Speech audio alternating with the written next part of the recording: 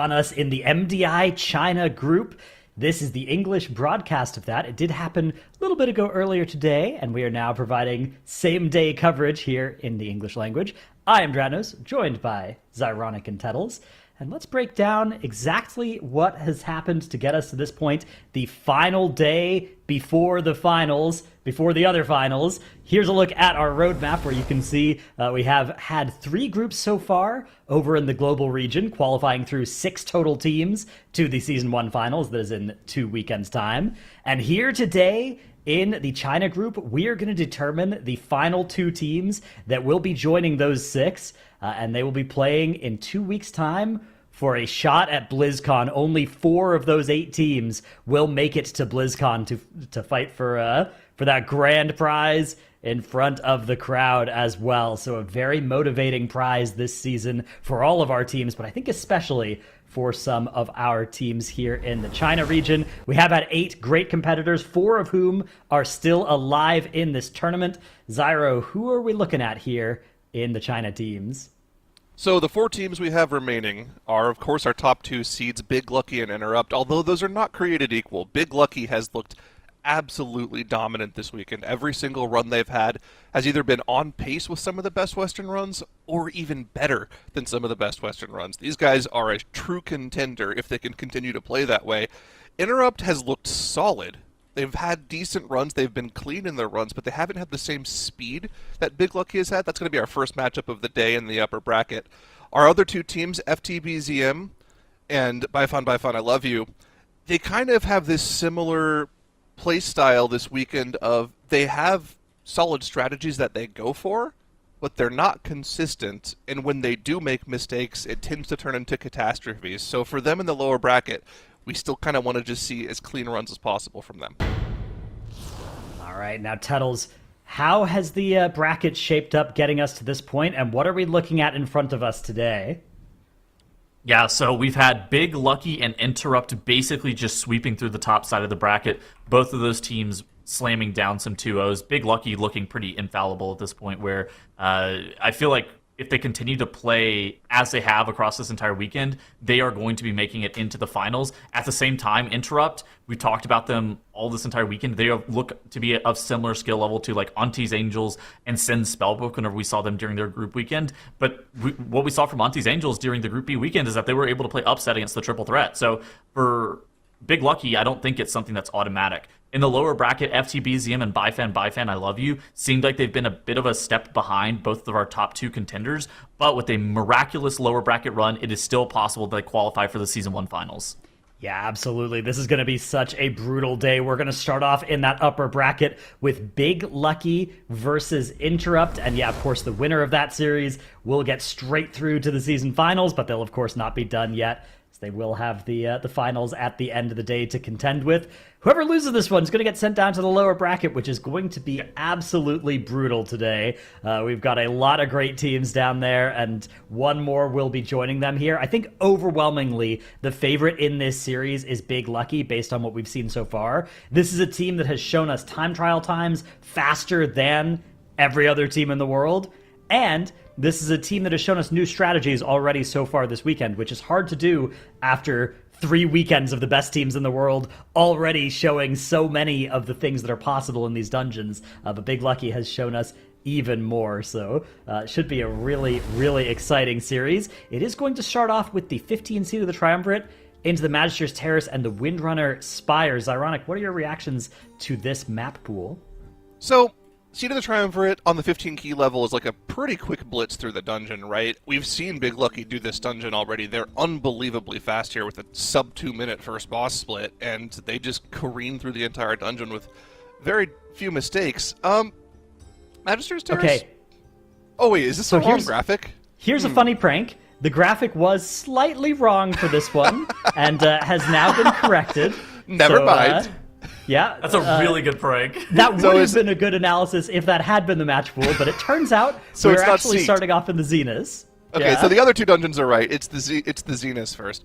Okay, this is something we haven't seen too much of this weekend already, and it's on the highest key level. The big question, obviously, in this dungeon that we've been asking of the teams throughout the Cup weekends is, can you one-phase Core Warden? And we had teams doing it extremely well last weekend. We even had Liquid insanely overkilling it on the 17, right? So we know that's possible if you can put together the right comp for it. I'm curious what Big Lucky's take on that is.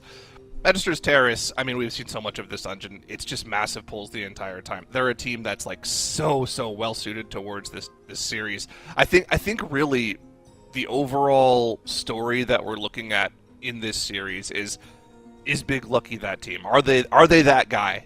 Can they continue to put together speed runs that are on the pace of the top teams in the West? Interrupt, I mean, for them to win this series, based off of what we've already seen this weekend, they need to bring out all the stops pretty much here in order to beat Big Lucky, because those guys have looked insane.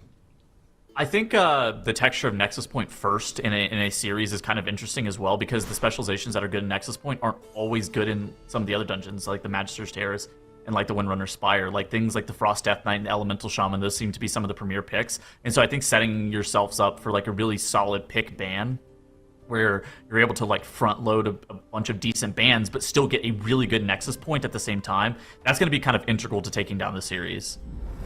Yeah, this dungeon at this key level is going to be a really important test for both of our teams. In particular, that one phase on the Core Warden boss, going to be something to look out for. Although, honestly, at this key level, even just those big trash pulls are really huge points of failure that we have seen in previous weekends as well. So if either team is able to navigate that flawlessly, there's definitely a good chance that the other won't. That being said, for Big Lucky, we're kind of looking for perfection out of them. We're looking for them to put a stamp on this that says, hey, we are actually able to compete not just with this region, but with the entire world. And that is what we have seen out of them so far, although it has not been perfect. Hoping to see that level increase today. As we start off, it looks like the Elemental Shaman is a point of agreement between the two teams. Interestingly, the Death Knights are Unholy rather than Frost, which I prefer the Frost Death Knight in here. I think with the Augavoker, it makes sense to play the Unholy instead of the Frost, because you do need someone to do like all of the AoE damage. Frost can do some AoE damage, but I think Unholy is just a better AoE machine. An Elemental Shaman is like, it's either an on or off spec, right? Either you're in your Ascendance blasting everything, or you're out of your Ascendance doing next to nothing for the entire key. They need some consistent form of AoE damage to really help them kill this trash. Take a look at Big Lucky here, though. They are not stopping with their first trash pull. They have literally pulled all the way to the first boss. Literally every single mob on that right half of the dungeon being pulled together for their first pull.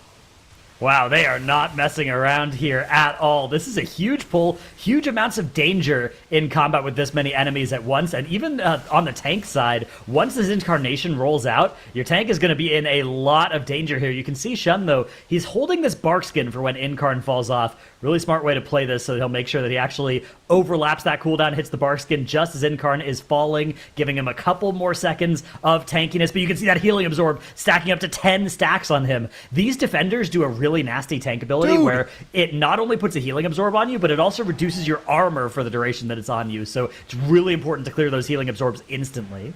Look how optimized they are for this, Stratnos. They let the Unholy DK solo the AoE with the Guardian Druid AoE. They sat on the Elemental Shaman Ascendance until the boss spawn, so they could just save it for boss damage. This the is so even got a couple seconds of Lust as well here on pull. The Lust did fall off after the first 8-10 seconds of the boss fight, but still good uptime on the Ascendant's Lust, at least right on that initial burn, and you can see on the damage meter right now just how powerful that has been. Of course, our damage meters do reset once you do pull a boss, so this is just the DPS since the boss has been pulled, and of course the Ellie Shaman dominating there. But yeah, huge optimization out of Big Lucky. This is exactly what we wanted to see out of them, and look at this, Interrupter just now getting into boss combat. It's already nearly half dead for Big Lucky. Now, of course, Big Lucky did pull significantly less trash here. You see they're only at about 25% count. When all said is done for Interrupt, they're going to be on 36% count, so Big Lucky's going to have to pull extra in the next wing, or maybe pull some extra trash in that middle area into the next wing. We'll see what their play on that is in a few moments here, but yeah, 50% ahead of the boss on this point is absolutely wild. I want to see how good they are at keeping the room clear here as well. We saw a lot of interesting plays on how to clear these lines when they spawn, and we actually saw one team get a whole bunch of line spawns on the edge of the room. Looks like Big Lucky actually has 2 of those edge lines that they don't really ever have to clear. Has there been any like evolution this week, Dratnos, that you know of, where teams have kind of figured out how to spawn this, or is it just kind of one of those pure RNG things where when it happens, great? if it doesn't happen. I think it is we have to clear. RNG. I've had a bit of a mindset adjustment about these beams as well, because my initial thought was like, oh yeah, it's really good to just have the middle be clear of them. But now I'm kind of at this point where it's like, as long as you're not getting too constrained on space, it's kind of nice to have them near the middle so that you can actually just clear without having to move too quickly that debuff off of yourself. So there's pros and cons to them all spawning far away, especially if you've got melee DPS targeted by that, the ability that you have to go clear on those lasers. So, gives and takes. That makes sense, right? Like, yeah. Look, what you're saying is, like, as long as you have room to move around in and I guess dodge right, that's the important orb. thing, is that you don't get cut into too small of a space. Like, you can see here for interrupts, they have this laser beam that looks like it is really restricting their space, but as long as they have somewhere they can go, it's kind of okay. And then now what's going to be really nice is that they'll be able to just clear by taking one step here rather than having to move out of melee range of the boss for too long. I'm not sure I was a huge fan of that exact clear, but I guess there's only 10% left on the boss, so it's not that big of a deal. They can kill the boss off here before the next orb spawns, so they should be totally okay. Let's take a look at the side of Big Lucky. I didn't see if they actually pulled any of that middle trash down. It doesn't look like they do have any of the middle trash here. They just moved ahead and grabbed the next 2 packs and pulled them back on this first Herald here. There's a lingering image that has been sort of... it was walking in a couple different directions, but yeah, it is coming in. It took a little while to get here, though. It looked like the way Shun was moving, it was... Yeah, look at this. It's taking so long to actually path over here. It is eventually going to join the fight. But yeah, nice little bit of bonus trash from the start of the dungeon there. And once again, the tank in quite a lot of danger here for Big Lucky. One of these pulls that really rests on the expertise of your tank player. Nexus Point Zenith is full of these sorts of pulls, so really impressive maneuvering of that situation by Big Lucky's tank there. Shun, of course, a player you've raided with back in the day, back many eons ago. Yeah, we Battle were for Azeroth expansion. Yeah, long time ago. Into Legion, actually, we were the Mage Brothers and Limit back in the day. This dude is an optimization freak. He will do every little bit of damage he needs to do, even on a tank. This guy is insane. And seeing him kind of evolve into this Giga Mythic Plus tank over the past years has been interesting to watch. Actually, would love to meet him at BlizzCon, so I hope he ends up qualifying for it. Not biased, but, would love to see Henry again. Either way, I mean, these guys are insane. I don't think Big Lucky are going to need your bias to make this work. They are looking so strong so far.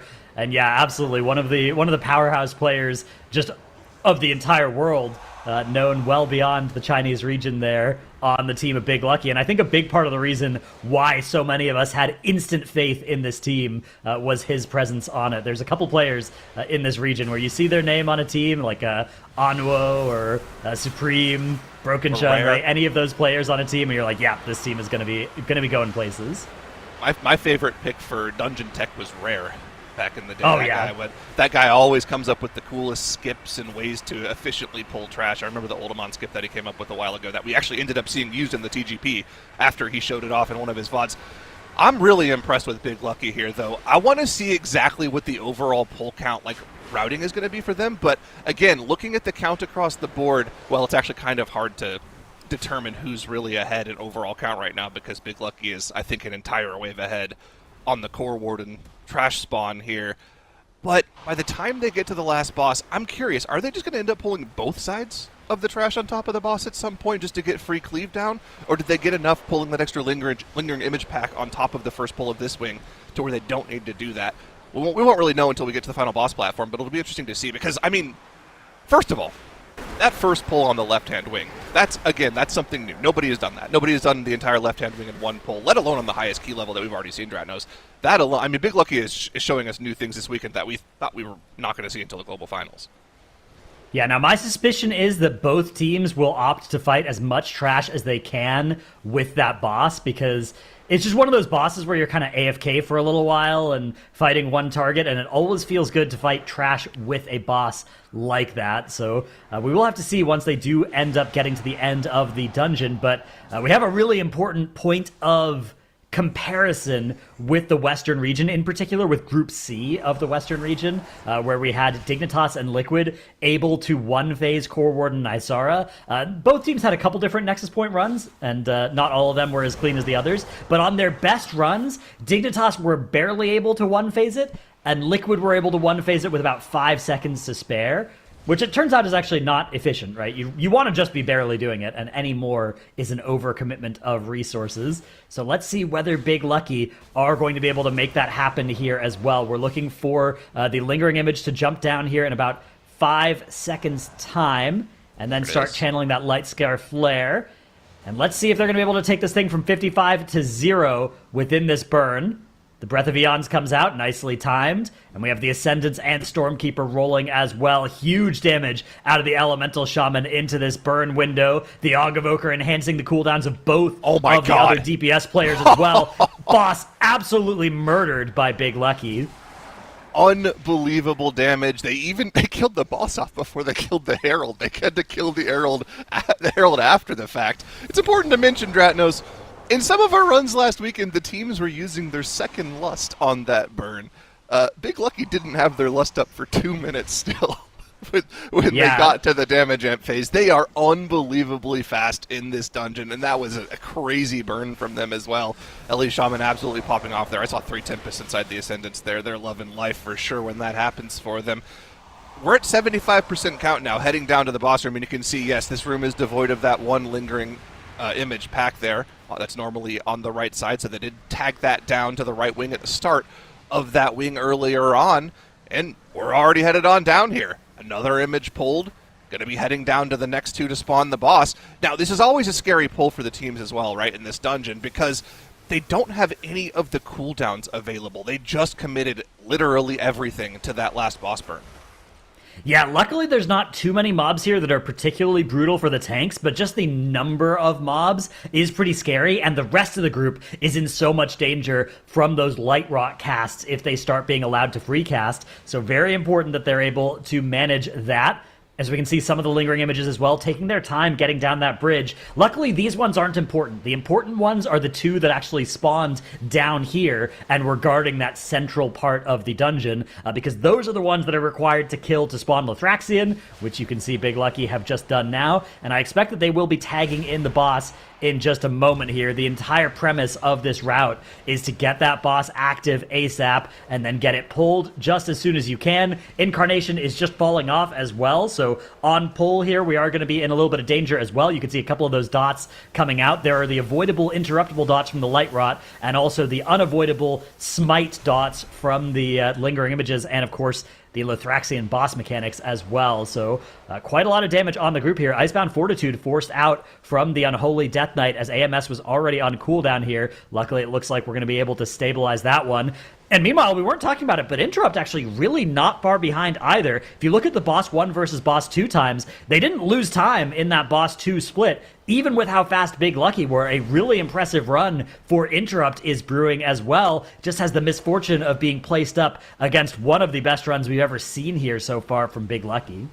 Something that I noticed there as well for Big Lucky, the Elemental Shaman is playing 3-minute Ascendants. That's not something we've seen from any of our teams so far, I believe. Most of them opt to play 2-minute Ascendants so they have more consistent cooldown presses throughout the dungeon, but Big Lucky have optimized their run around that 3-minute press. Like we were talking about, they save it for the first boss. They don't press that Ascendance on the first pull. They save it to spawn the first boss 30 seconds later. They get that full use on the boss. They get 1 press on the trash in between first and second boss. Then, of course, that 3-minute Ascendance gives them extra haste during that cooldown. Also gives them a bigger burn on the Core Warden, and is definitely one of the reasons why they went for that big push. Here's going to be that 4th and final press of the Ascendants of the Dungeon for them, conjoined with the Lust and the Army of the Dead from the Unholy DK. This will be a massive boss push here. Do we think there's any chance that they get the 1 phase on this boss off here? We didn't see any of it last weekend. Yeah, I mean, it is possible, but I don't think it's likely at this particular Keystone level. Boss just has so much HP, as we are going to be getting to that next Divine Guile phase here in just about 5 seconds for Big Lucky. Now, they are playing an Unholy Death Knight as well, which means, in theory, they do have the option of having that Unholy Death Knight run out and then throw a Death Coil at the boss towards the end of this Divine Guile cast. It looks like they're not going to opt to do that, and instead are just going to look for and find the real Lothraxion via their own eyeballs, which is also a way of doing that mechanic. but there's pros and cons, right? What you can do if you do have somebody with a slow-moving projectile is have them run out and launch a projectile at the very last second of that cast, and then it will follow the real Athraxian after he's split into the images. So that's why you need a slow-moving projectile. But yeah, Big Lucky, they are putting an absolute stamp on this particular map here. It's going to be a sub 1330 when all is said and done here. An Interrupt on a great run as well, but they're going to be getting the bad news that they have lost here despite coming so close and having a 0-death run of their own. It is a 1-0 lead for Big Lucky. I mean, dude, point of comparison. Again, we saw 17 Nexus Point Zenus from Dignitas, from Liquid last weekend. Both of them were able to put up mid-13 runs. This was a low 13 run from Big Lucky, faster than both of those two teams. Unbelievably quick and efficient run. This team looks like they're well on their way to securing that first berth of the weekend to the Global Finals here, and I'm going to have my eye on this team for the Global Finals. I think they're a clear favorite for not even one of the top 5 teams like you're talking about this weekend. I think they're like a top 3 team based off of how they've played. This team is absolutely insane. Now there is a question here of which specs are we going to use in the next map here, because there are a couple of obvious restrictions out of the Zenus, right? The Elemental Shaman, I think, can certainly go. The other 2 choices, though, as we move into a Magister's Terrace, I think are a little bit trickier. I mean, you could swap out the Death Knight over to Frost. You could swap out you could bring in like an Enhancement Shaman, a Havoc Demon Hunter, a couple different options there. Or you could swap out your tank or healer. Although I feel like Magister's Terrace is a great dungeon for the Bear Mistweaver combo, so that might mean restricting all 3 DPS specs for the teams here. I'm curious what they're going to decide to do with that. I feel like I'm okay with them restricting all 3 DPS. Oh, they both go for the Bear, though. Okay, yeah, the Bear is gone. All right, so in this dungeon, then Vengeance? Yeah, there's a couple of different options. So, I mean, Brewmaster has been our most commonly seen non-bear tank across the totality of dungeons. I feel like in this map in particular, it's a little bit less Brewmaster-centric than some of the other ones. I feel like in here you could play something instead like that Vengeance Demon Hunter. If either team has that in their repertoire, I think that's probably a good second choice in this map. You can even play something like that Prot Warrior. We see it all the time in Seed of the Triumvirate, but I don't think it would be bad in this dungeon either. But yeah, I'm very curious what their plan is going to be. We've seen a couple of different... We've seen some Prot Paladin in this dungeon from an unfortunately eliminated team yesterday. But yeah, we'll have to see what they end up doing with those comps. The Ellie Shaman's gone as well, and then whether it's the Unholy or the Og restricted was a point of disagreement between our teams. Very powerful specs committed to that Nexus Point Zenus. A lot of overlap with what you'd want to play in the Magister's Terrace, so it's going to be a big question for me is which specs are we going to see when this curtain goes up? Yeah, I don't mind the Ogavoker being gone. It leaves Devourer open to you, although that's not at all what Big Lucky opt to go for here. On the side of Interrupt, they do have that Devourer Demon Hunter, of course. That is a solid option, but it's the Destro Warlock for Big Lucky that is being pulled out in the Magister's Terrace. Not something that we've seen in this dungeon. We've seen it a lot in other dungeons throughout our Cup weekends, notably a lot last weekend in Pit of Saran and Windrunner Aspire. I'm curious to see how it performs in this dungeon. They also have that Disc Priest to give a PI to one of their lucky DPS specs. None of them are 2-minute classes, so it's a little bit of an awkward situation in terms of timing, but I guess they can just make it work. They don't have to press it on cooldown every time. Yeah, I think you're just gonna hit like the Frost DK in that Breath of Syndragosa, and then whenever your next PI comes up, you just hold it for when somebody presses a CD, and then throw it on them. Something like that could be the vibe here. Certainly 3 very cooldown-oriented specs. Interesting texture here from Big Lucky, because their DPS specs are all certainly very cooldown-oriented, but they're also, like you said, on strange cooldown timers compared to the average specs, right? These aren't 2-minute specs. So have to keep track of how exactly they navigate that. Both teams agreeing on that Vengeance Demon Hunter after having restricted the Bear in here as well. We do have a little bit of further spice, though, for Interrupt. They're also playing a Warlock, but it is Demonology, and they're also playing the Enhancement Shaman to get their Bloodlust rather than the Survival Hunter. So pretty exciting divergences between our teams as well. And I don't think Big Lucky restricted Mistweaver, so that means they're almost definitely planning to play it in map 3 and are just trying to hold it till then, which that's a good amount of foresight. I like it when teams are making plans that include the possibility of a map 3, because sometimes we see teams fail to do that. and then get jump scared when map 3 inevitably does make an appearance. Sometimes your teams just aren't prepared for a map 3 and don't have the specs prepared for it and have to forfeit. You know, we don't need to talk about these things too often, but it has happened unfortunately in the past. Both teams, though, dealing with the Pyromancer at roughly the same time, heading towards Arcanatron Clusters. No weird lusts out of either of the teams here, so we do have the lust push available for this first boss.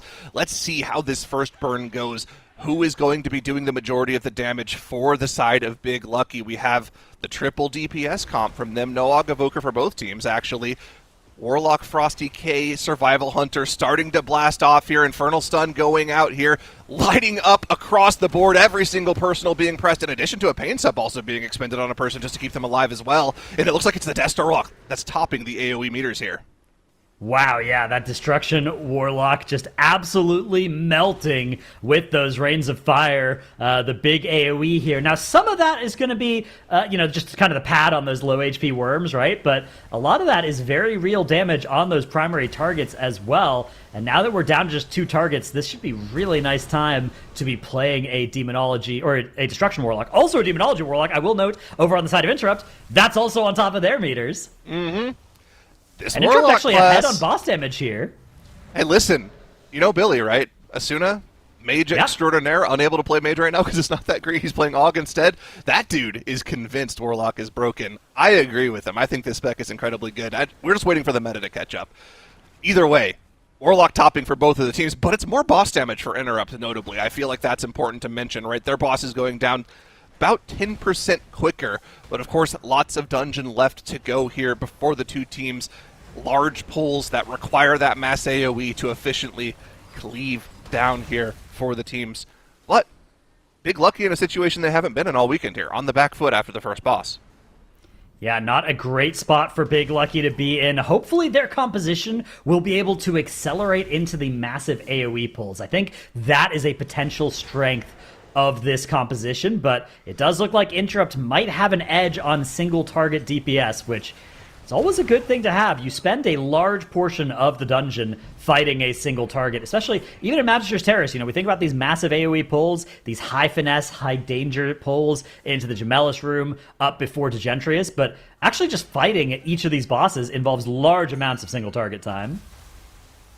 Yeah, we'll have to see what the play is for Big Lucky. We have some extra trash being gathered from the previous courtyard here. The normal pull to Serenal Sunlash is not enough for Big Lucky. We are gathering some extra trash in here.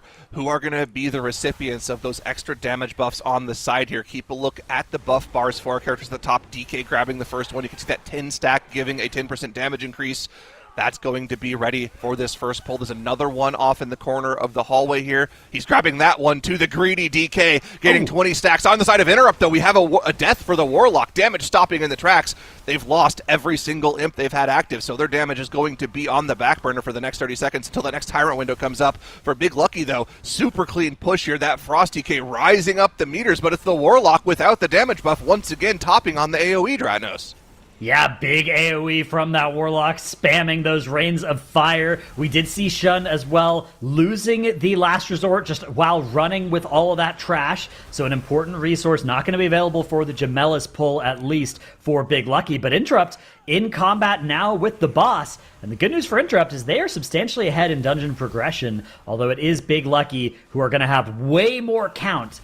When all is said and done, and actually something that is tragic for Interrupt is another death, and they used the B-Res the last time. They have to wipe. So they are going to have to wipe here. Yeah, no two ways about it. Interrupt, they were looking great, but they have now wiped, but we've had a death for Big Lucky as well. So that's going to be their B-Res expended, as I'm seeing just a mirror image of what's happening for Interrupt happening over on the side of Big Lucky right now. Well, Big Lucky are in a better situation. They hadn't had the boss pulled yet. So, and they also had the battle res still at that point. That was their first death of the dungeon, whereas the Warlock's death was their second death of the dungeon that they had already expended the battle res for, right? As long as Big Lucky doesn't have another death here, they're going to be in a significantly better situation. They won't have to full wipe. But yeah, that death for Interrupt at the start of the boss pull there with no B-res, that is worst case scenario. The boss was at 90%, you have one of your DPS players dead. It is simply more time efficient at that point to full wipe and go again, because the boss will take so much longer to deal with at that point, even when you factor in the extra minute of deaths on the timer, which is, kind of wild to consider. It is good to see that they very quickly identified that that was their best play, so it gives them the best time possibility to come back in this dungeon if there is a mistake for Big Lucky, or if they just have a faster strategy than Big Lucky, which isn't that crazy of a thing to talk about, considering they were faster through the first couple sections of the dungeon here. They still do have that minute 15 plus time spent running back to catch up with. But look at this. The boss damage once again, Dratnos. Much, much better for Interrupt here. They pulled the boss about 30 seconds later, but they're already only 10% behind on the boss. Yeah, not bad at all out of our team here as they are catching back up, sort of. I mean, okay, look. They're going to be able to leverage some more single target. That's not bad. Are they going to be able to leverage enough more single target to make up for the minute and 15 of death timer that they are down? It's going to be a big uphill battle. On the other hand, Big Lucky have looked vulnerable in this dungeon already. Is this going to be a place where they could lose more time? Because if they throw any more time back in Interrupt's direction, I think Interrupt might just have the faster on-paper dungeon here. Yeah, I wonder if this is one of those situations where Big Lucky have identified this dungeon as not a must-win, potentially, and they've said, okay, we're going to use this as a spec ban dungeon. We saw other teams in the past using it. I think the most obvious example of that was Liquid in the Grand Finals, where they kind of just said, okay, we're probably not winning these first two maps. Let's play non-meta stuff so we can ban it out and try to go for a reverse sweep. Didn't work out for them, but it was an interesting strategy nonetheless. Maybe this is the strategy for Big Lucky here, and this is a dungeon that they are like, okay, we're not the best in this dungeon, but obviously we can still try to put together a good run. For the time being, up 5 deaths, they should be on pace to beat the dungeon here, unless they end up having a big mistake of their own. Coming up next, though, Dratnos, is probably the biggest opportunity for a wipe in this dungeon, as they channel on that staff, they get ready to move up towards Gemilus here, and it's another massive pull for them. Literally every single mob between this and Gemilus being pulled together. Yeah, massive is the right word for this one. This is a huge inflection point in the dungeon. If either team ends up wiping on this pull, I think the other team will immediately become massive favorites to win this map. And you can see neither tank has last resort, so a lot of danger is going to land on the tank player. One nice thing about the Vengeance Demon Hunter here is Sigil of Silence, if you can time it properly and avoid overlapping it with other CCs, it will actually put that terror cast on spell lockout, which effects like stun will not do. That's very nice. Yeah, I didn't even think about the Sigil of Silence lockout. Something for both teams to keep an eye on. There's no cheat death available for either of the tanks. Once this meta runs out, they're kind of out of juice, right? So they're going to need to blast these pulls down. They don't have the layered defensives that the Guardian Druid we're used to seeing in this dungeon has. There's a Sigil of Silence locking everything out for the side of Big Lucky, but this trash is still very, very healthy, Dratnos. Yeah, Fear nearly going off there for Interrupt, but a leg sweep in the last second is going to at least reset that cast. Another one going to be interrupted by Shadow Fury. A death coming out, though, for Big Lucky's Hunter. And the B-Res has just become available once more. Will they decide to spend the time and the res to get him back up? It looks like they have decided to do that B-Res. So that's another 15 seconds back towards Interrupt's favor here. Just a minute now of death penalty in favor of Big Lucky net. And last couple of mobs here dying. It looks like both teams have been able to successfully execute this very dangerous pull. Another terror cast gets interrupted the last second by Interrupt. Gemilus is going to be pulled first by Interrupt as well as Zyro. Yeah, I mean, it looks like their dungeon progression is just a little bit faster than Big Lucky. Big Lucky needs to stay on pace here because Interrupt, I mean, is there enough dungeon left for them to make up a minute of time, Dranos? I think it's really close. I think it's incredibly close. If Interrupt and Big Lucky are completely clean throughout the rest of this dungeon here, I think Interrupt still has the opportunity to win this one. And again, the boss pulled a little bit earlier. The boss damage just a little bit better. Interrupt pulling ahead in progression here a little bit. This is wild to see. Yeah, little bits here and there might be all that they need to get this one back in their favor, but it is going to require a lot of damage. And this is a boss fight, but it's single target boss fight. This is actually one of those fights where destruction can really pop off. It looks like Big Lucky have just got a really nice 3-stack of the Gemelli as well there, able to leverage a huge opener against those 3-stacked targets. Really nicely done. And they're about to get this boss down to 50%, where it's going to split once more to 5 total targets. Should be a great opportunity for them if they're able to keep them nice and stacked up. 10% ahead of Interrupt now. This fight, at least, is looking like it is favored for Big Lucky, whereas the other 2 boss fights, it was Interrupt that were certainly doing more DPS. Yeah, for sure. This is definitely starting to fall back towards Big Lucky here. The cooldowns are running out now for Big Lucky, though. Is Interrupt actually going to be pulling ahead here any moment from cooldowns? No, it's really only the Void meta that's active for them, and they don't have that many stacked bosses either. I guess one of them coming around now means they can stack up 3, actually maybe even 4 of them here. Chain Lightning being spammed there from the Enhanced Shaman for a little bit of damage, and they are starting to close the gap just a little bit off of this stacked Ratnos. Yeah, not bad at all for Interrupt, as the second set of cooldowns here, that second meta is doing good work here. It's actually not even the Doom Winds or the Demonic Tyrant either, so just that meta from their Devourer Demon Hunter is letting them close and, in fact, open the gap now in the other direction. It is going to be Interrupt that might be able to get this boss killed first, although as I say that, Big Lucky are closing in on it as well and actually going to be able to get from 5 to 0 faster than Interrupt could get from 3 to 0. But either way, the 2 teams neck and neck, as long as we ignore that minute of death timer, as they're both charging up the stairs right now. I'm going to choose to ignore it for the remainder of the dungeon because it's so fun to watch these teams seesaw back and forth here at the end of the dungeon. Both teams now charging up towards Gentrius, both on similar levels of trash, although a couple extra mobs will be needed for Interrupt to complete their count. It appears that extra trash pack being pulled on top of that hallway pull for Serenal Sunlash, meaning this pull is slightly smaller for the side of Big Lucky. Henry, Shun DH, pulling that last trash pack in. It looks like it means they don't have to pull the 2 mobs in front of that that last ramp up to the last boss. If so, that's one of those tyrants in the pull they don't have to worry about debuffing their tank. It's one of the Void Terror casts they don't have to worry about. They can just AoE down right here, whereas Interrupt had to go and tag those 2 mobs in. The pull is a little bit slower for them. The gather is a little bit less efficient for them, and Big Lucky is already almost through this trash pull. Yeah, this is going so well for Big Lucky. A lot of mobs here, but not for long, as Big Lucky nearing that 100%. Are they going to be able to get full count out of this is an important question. It looks to me like the answer is yes. We have seen some of our teams misplan their count. Anyway. It looks like 11 count short, but that's fine. We can grab that from that side pack. And this involves a Death Grip, and then the others will teleport up, as they are those hollow souls that like to shadow step their threat target, and there they go, shadow stepping towards Shun. And it looks like masterfully navigated by Big Lucky, avoiding pulling the nasty Tyrant and Void Caller at the bottom of the stairs, and using Death Grip and the mob's own Shadow Step to avoid it. Big Lucky hugely in the lead now. It's not just the minute of death timer. They are pulling the boss well ahead of Interrupt. Way more AoE damage on that big pull than Interrupt were able to do, and both teams will have Lust here for boss. I mean, if this is Big Lucky's bad dungeon, this is looking pretty good for this team still. Incredibly efficient with the routing for them. On an off-meta comp with not the best specs, it's looking like it could be a victory from them, although it's not over just yet. Pulling trash on top of this boss with not that many cooldowns available, or not that many cooldowns being pressed yet, I guess I should say, could be a little dangerous, although they have the full suite available in just a moment here. Are they actually just waiting for the Survival Hunter cooldown to come up before they press this Lust? Look, they've got the Infernal ready. They've got the Breath ready. They just don't have the Survival cooldown ready, and they aren't pressing the Lust yet. What's going on waiting here?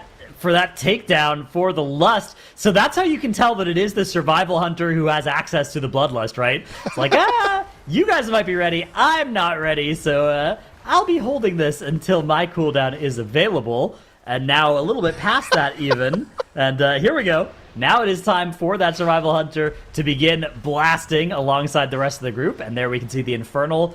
And soon it will be the Breath of Syndragosa joining things. Interrupt, in the meantime, have taken a solid lead out of just doing more single target DPS and leveraging that Lust sooner than Big Lucky. But you've got to remember there is a minute of death timer that is working against them here. So if Big Lucky can avoid any deaths, it is going to be almost impossible for Interrupt to make this one back up. But Zyra, what a run out of Interrupt. I mean, this was way faster than Big Lucky's on paper. And it's actually going to be almost faster in execution even with a full wipe, which just goes to show, A, the strength of Team Interrupt, and B, it looks like maybe a dungeon-specific vulnerability for Big Lucky here is that Magister's Terrace. They are finally going to be able to stop the clock a little bit ahead of Interrupt, and then with that buffer of the minute of death timer, they are firmly going to win this one.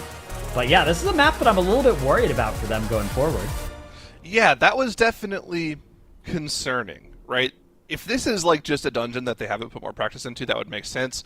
If it's a dungeon they have put practice into and that's still what we're looking at as their run, that's a little bit concerning for the global finals. So there is a chip in the armor of the guys here. That being said, they have fulfilled their obligations this weekend. They've done what they set out to do. They are qualified to the global finals off this run. They'll be waiting in the grand finals for the final match of the day later today.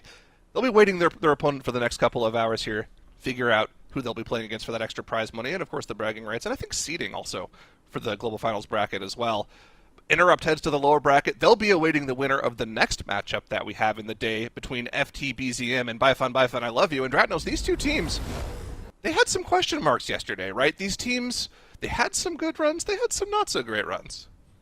Yeah, exactly. Some things good, some things bad for both of these teams. And another thing that is bad for both of them as well is that Interrupt are waiting there in that lower finals. And Interrupt looked like a grand finals team, not a lower finals team from what we've seen so far. But FTBZM and Byfun have already exceeded expectations, even making it to this point. At least especially Byfun, right? Coming in as, I believe, the 7th seed, the 6th seed, making it into the Sunday section of our competition. Incredibly impressive. FTBZM, though, also a team to look out for. So this series is going to be an absolute bloodbath.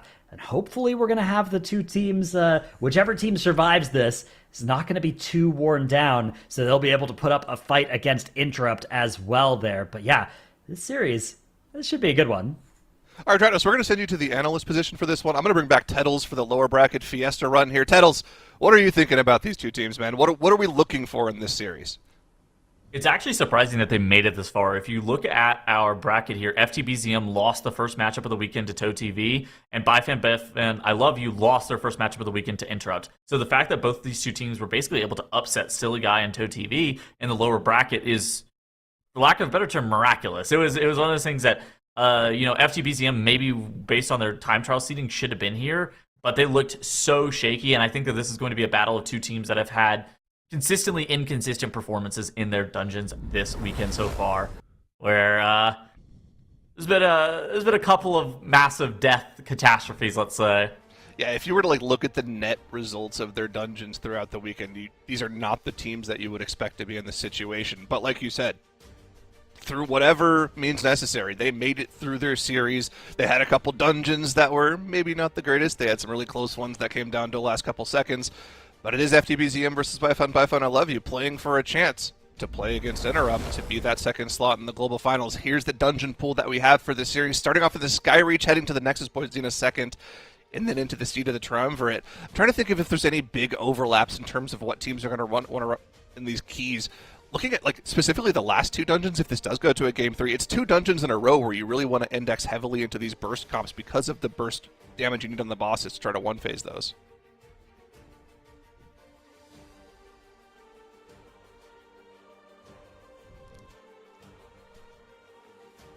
Oh, I think we've lost Teddles. I think his computer is blown up. No, Teddles, come on. He's back. He's back. Okay. I'm dumb. I'm going to be honest. I went to look at Radio to see what if these teams have actually played these maps before. But what I was saying before I accidentally closed our window is that I feel like Nexus Point Zenith and Seed of the Triumvirate specifically are two dungeons that require pretty heavy pocket picks. I don't think that they have insane overlap in terms of the pocket picks specifically, but I do think that it kind of opens up where the Skyreach is going to be a pretty pivotal map where it kind of sets the tempo for the entire series. Yeah, and I mean, this should be a close matchup, right? When you look at the teams and how they've played throughout the weekend, they've both kind of had similar runs where they have incredibly fast strategies, they could pull it off. You can look at the teams and how they've played throughout the weekend. They've both kind of had similar runs where they have incredibly fast strategies. They could pull it off. You can see the vision, but it just sometimes hasn't worked out for them. Skyreach is a dungeon they should have the most practice in overall, right? It's one of those 2 time trial dungeons that all the teams had to play for about a week in order to qualify at all here. So we should be able to see an incredibly close, clean matchup in this Skyreach. Question for me, what are the comps that we're going to see out of the teams? Bifon has brought some interesting comps. Okay, there's no Arcane Mage this time, but we do have that Disc Priest once again. Dude, they'd love to play Arcane Mage. I think that that's like a Bifan staple. They kind of just play whatever composition they want. And for the left side, FTBZM here, they're on a more, I would say, conventional kind of setup. So what they're going to do right here on the left side is they're going to be utilizing the Brewmaster Monk to tag some additional mobs and then run back, hit the Warlock Gate, and try to get the pack gathered as quickly as possible. And on the right side, something that's subtle but very important is Bifan, I love you, has already gotten the pack gathered a little bit quicker than FTBZM, and I think that that's going to allow somewhere in the order of like a 3 or 4 second time save, just in terms of the raw speed of the gather. Got to keep an eye on, honestly, the Augevokers in this poll, right? It feels like Augevoker really is the class that is most likely to die from most of the AoE damage that heads out. And look at that. Cheat Death already expended on the side of FTPZM. That Zephyr coming out late to counteract some of the AoE damage on this trash pack here. But yeah, the quicker gather leads to a quicker trash pack on the side of Bifan here. Most of this trash already dead. Boss already engaged for them. Yeah, look at this. So it looks like for FTBZM, it's probably something in the order of like 3 seconds of the boss getting engaged behind Bifon. And Bifon, I'm really surprised at how much Priest Healer they've been playing this entire season, or this entire group weekend, where it was not something that we saw too common in the West, but it seems like they've been making great use of the Priest Healer throughout this entire, basically, lower bracket run. Dude, these Ravens being alive for so long for FTBZM have dropped their health bars incredibly low. They've been getting extra screeches off so often here. DK dropped to like 10% HP there in the final moments. Is that Raven going to screech again? Oh my god, it almost did. That was scary. FTBZM saved their Bloodlust. Their Bloodlust just faded right now. When did they... Was that a late press on the first pull? What just happened? I'm not sure. It looked like they pressed it at the same time on the first pull. It looks like it just faded from the UI a little later. Like, both teams pressed it at the start of their gather there, though, I'm pretty sure. Either way, they are doing significantly more boss damage. That's for sure. Yes. I wonder what is the main catalyst of that here. I mean, the Unholy DK damage is definitely a lot higher for FTBZM. Army of the Dead just now being used on the side of Bifon. That should catch them up just a little bit. But, oh, you're right. FTBZM secured about a 10% boss lead on their side. A little bit surprising. I would say strange almost even. The fact that they're able to... Because it's so hard to actually get more single target damage than your competition. So think about AoE damage. AoE damage is something that's, widely speaking, a little bit more imbalanced than single target damage. You go and look at raid logs, and team specializations tend to be within about 10% damage on single target. And that ends up equating to, you know, almost a set amount of time that you're going to spend fighting a boss. Whereas if a team just has their player skill be so much better to the point where they're able to pick up a 10 or a 15 second lead on a per boss basis, that's a really big deal. I will say there is one clear difference that I'm seeing between the two teams, and that is in the Augevoker and healer damage. Everyone else is pretty much about even.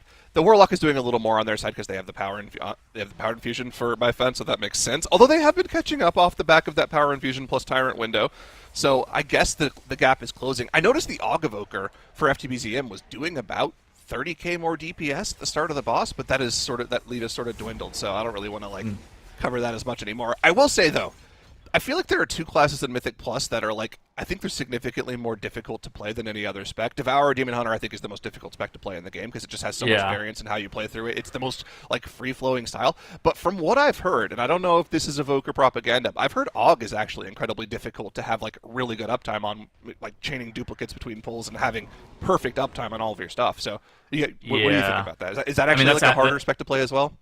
That's absolutely true. I mean, I was talking to some of the MDI teams. So MDI specifically is also a little bit different than live. It's a little bit slower paced. You know, you can kind of The difficulty of AUG is that the decision making in between on a purple basis is quite hard, and in the MDI specifically, there's like procs of Essence Burst that you can get that can cool down reduction your Breath of Eons by an additional, let's say 10 or 15 seconds. Where if you get that Breath of Eons at a perfect time, you can have very massive damage swings. I mean, we even saw it in the Race World First, how big some of the damage variance was on the AUG Evokers, whether or not they crit their Ebon Might onto the targets as well. Obviously, that's not the build that they're playing specifically for Mythic Plus, but I think it kind of is also kind of the same thing for MDI and speedrunning format, where if you end up getting good procs and good RNG, there can actually be some pretty massive swings. But not only that, but it's like you're kind of constantly in flux in terms of your decision making, and a couple of missed globals here and there, and you can just crater your damage. Yeah, that makes a lot of sense. I mean, it was brought back close together at the end of the first boss. First boss going down within mere seconds between our two teams. FTBZM still on the back foot a little bit off of that better first gather on the side of Bye Fun, I love you. As we head into the Solar Construct area, though, both teams going for that triple DK construct pull. DK hit the this? army and at the end of the trash here, probably hoping to chain this into the boss spawn here, but that's just not going to happen for them. I mean, the boss is nowhere near spawning. That's really weird. Something that's a little bit awkward for Bifon is even though they have a priest, it looked like some of the shields from the Sun Priestess just kept being present on the mobs. I feel like if you're playing a priest composition, you need to be aggressively purging those shields. Like I feel like having those shields up for anything longer than one global is like a massive mistake. Well, FTBZM able to pull the boss earlier, but looks like again the single target optimization for Bifon is catching them up just a little bit. Both teams here still neck and neck as we engage the second boss. Look at this.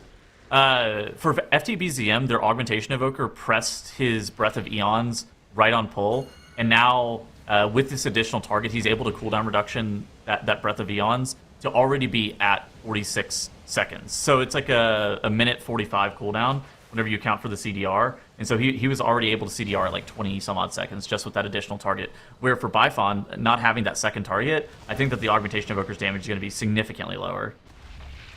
Yeah, the thing I'm curious about is in the past, AUG Evoker has wanted to like sync up that Breath of Eons with major cooldowns. Is it bad that really didn't sync up with anything? Because it looks like it didn't hit a Tyrant, looks like it didn't hit an Army of the Dead. I guess this next one will sync up with a Tyrant, so it'll be pretty good. And I mean, if you look at the damage that they're doing, FTBZM is absolutely blasting this boss compared to Bifon. Of course, that gap should close here. This is the Power Infusion plus Tyrant 2-minute window for Bifon. They should start to close that gap here. But still, I mean, it's really interesting to see, once again, seeing that seesaw between the teams. This almost looks as close as that previous Magister's Terrace did. This time, though, without the death differential.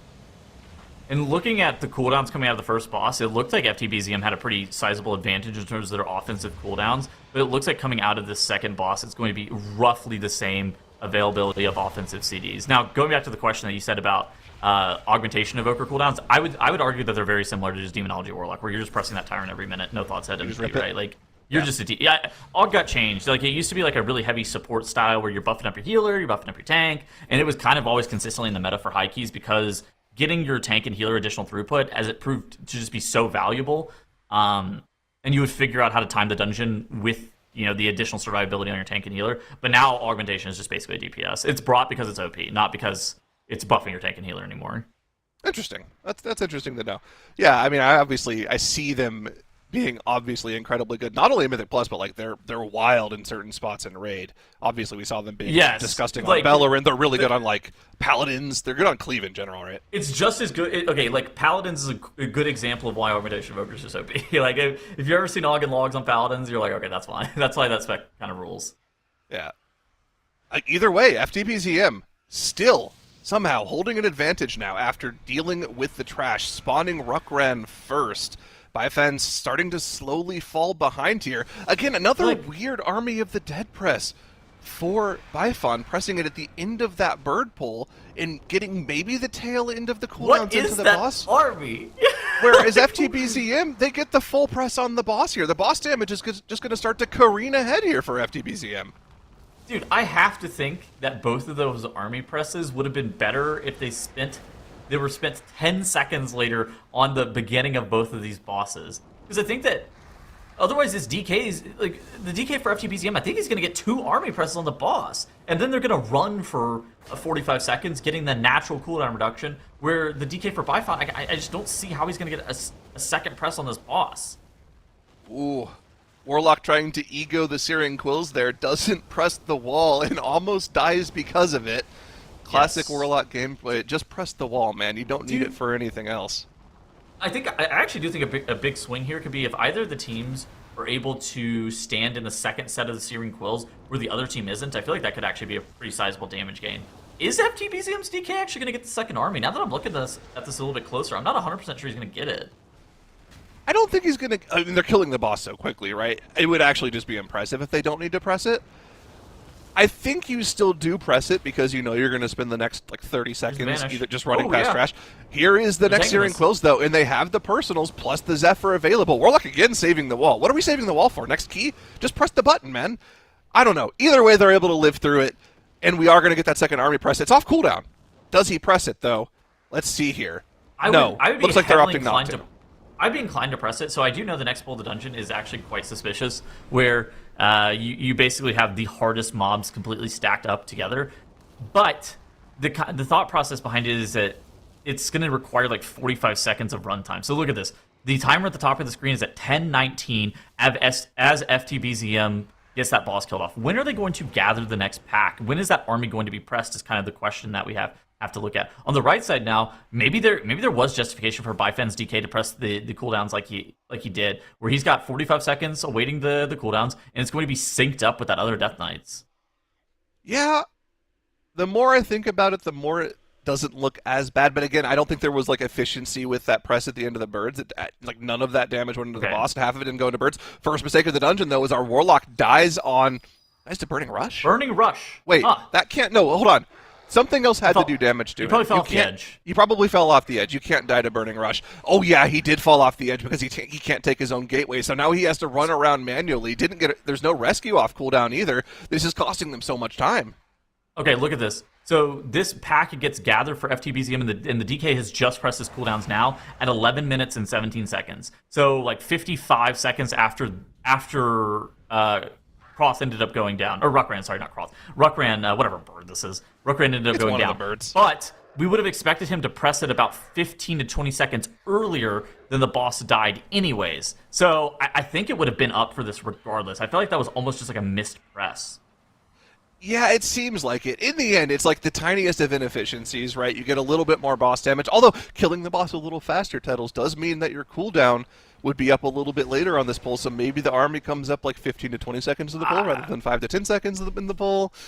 Who's really to say? Maybe. Either way, the army was available for the start of this pull. They're able to cleave everything down with that second lust incredibly efficiently. No mistakes here for FTBZM. Trash dead, just the one priestess off on the side that they're keeping CC'd. They don't actually even need to kill this. They have full count, but they'll cleave it down a little bit, I guess, just because they can. Waiting for that boss to spawn here in just a moment's time. Bifan have joined them on the platform, have gotten through most of that trash pull, but that death really, really cost them. They had to wait so long for that Warlock to rejoin them. I feel like they would have actually gotten the boss spawned a little bit earlier. Actually, no. This Dread Raven's the thing that's required to get the boss spawned. So maybe for Bifan, they were always going to be a little bit behind, even coming off of second boss there, or third boss rather. So, but yeah, I mean, on the left side for FTBZM, all eyes are on them. This is a point in time where one death probably will lose them the map, but if they're able to continue at the same pace, the same trajectory that they're currently at, or even lose a little bit of damage, they're fine. The only thing that they can't have happen is they cannot have a death in any capacity. A little bit of a suspicious laser bait there. The Augavoker did cleave the Warlock with it just a little bit, but not enough to kill anybody. They're able to stay topped through the lens flare as well. Looking good on the side of FTBZM as they've secured about a 25% boss lead in addition to being 15 seconds ahead based off that death timer. Warlock getting picked up by the next bird here is going to port back to the platform to safety once they're released by that bird. Nice and clean for them there. Although Bifan starting to slowly once again catch up on the single target damage, and they have that power infusion tyrant push coming in just a moment here. This is going to be close on boss kill times. FTBZM needs to keep it 100% clean if they want to guarantee this map win. it's unlikely to actually have the boss killed off 15 seconds faster, right? Which is why I was saying for FTBZM, the most important variable here is to make sure that you don't die. Again, it's so hard to do 15 seconds worth of damage ahead of your opponent on a near pure single target fight. Obviously, there's like one trash mod that was taken into it, but on the left side for FTBZM, they kept it clean, they kept it perfect, they went completely deathless. For one of the first times this entire weekend for FTBZM, it's going to allow them to go up 1-0 against Byfan. Byfan, I love you.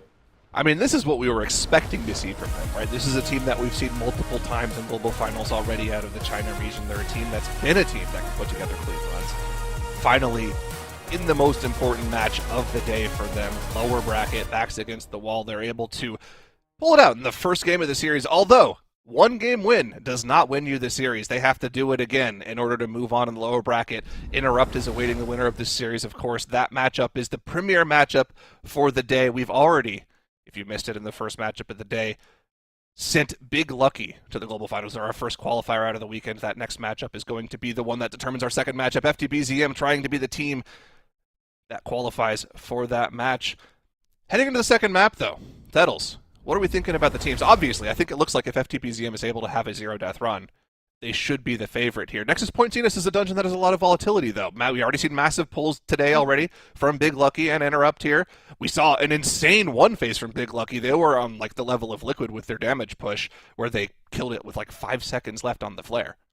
Neither of these teams have actually played Nexus Point Zenith this weekend, surprisingly enough. I just had to go back and look to see. We have no point of reference for either of these two teams in the Nexus Point Zenith.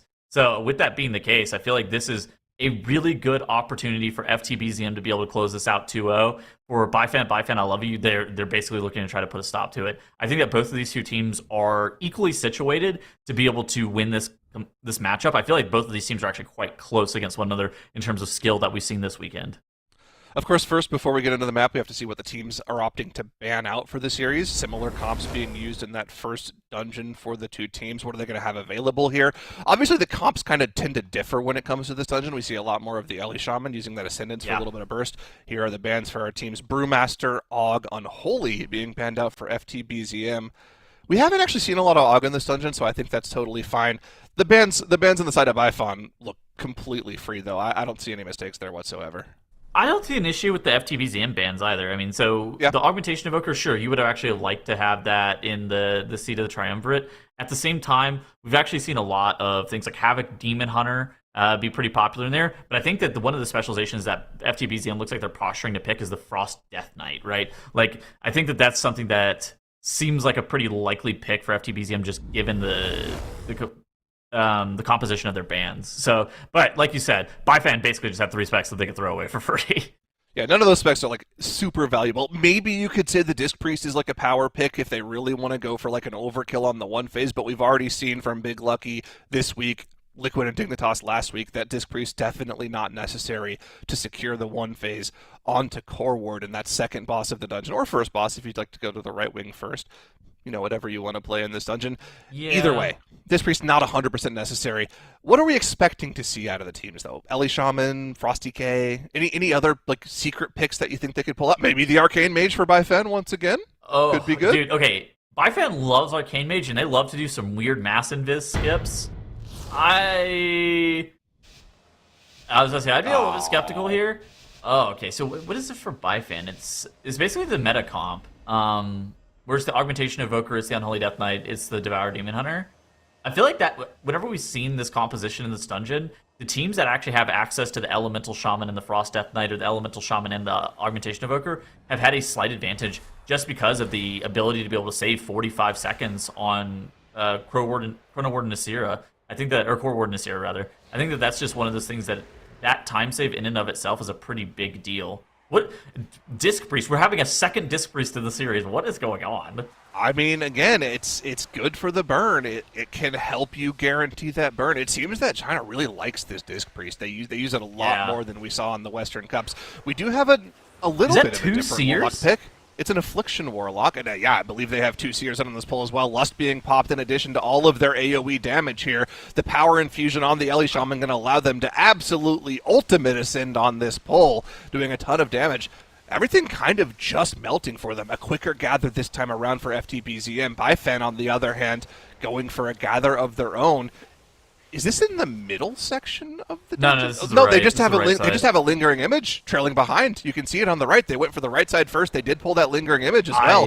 It'll slowly start to join the group here. But this gather on this right side was so much slower for Bifan. Look, there's that image now. I'm pretty convinced that this right side route is slower for one specific reason. Oh, no, my take God, there's a death for tank FTBZM. It doesn't matter. It doesn't matter if your route is a little bit slower. If the left side has the tank death over the very aggressive first pull of the dungeon, that is going to cost FTBZM everything as they are racking up 5 deaths, a minute 15 of death penalty assessed against them, and some of those trash mobs resetting. I was gonna call out something specifically earlier that I forgot to mention. I actually think that the pain suppression, it's not something. The tank externals that we have this season are not normally super common, right? Like, you have Ironbark occasionally whenever you see a Resto Druid see play, but that's not the most popular healer. You never really have a cooldown whenever you have that Mistweaver Monk, the Life Cocoon on the tank is completely whatever. What is that mob jumping up and down? That's a lingering image. Did you see that? I don't think I've ever seen that mob do that ability before in my life. What is he, Maybe I'm Victor just a Wembanyama stupid- Game 7? What's going on over there?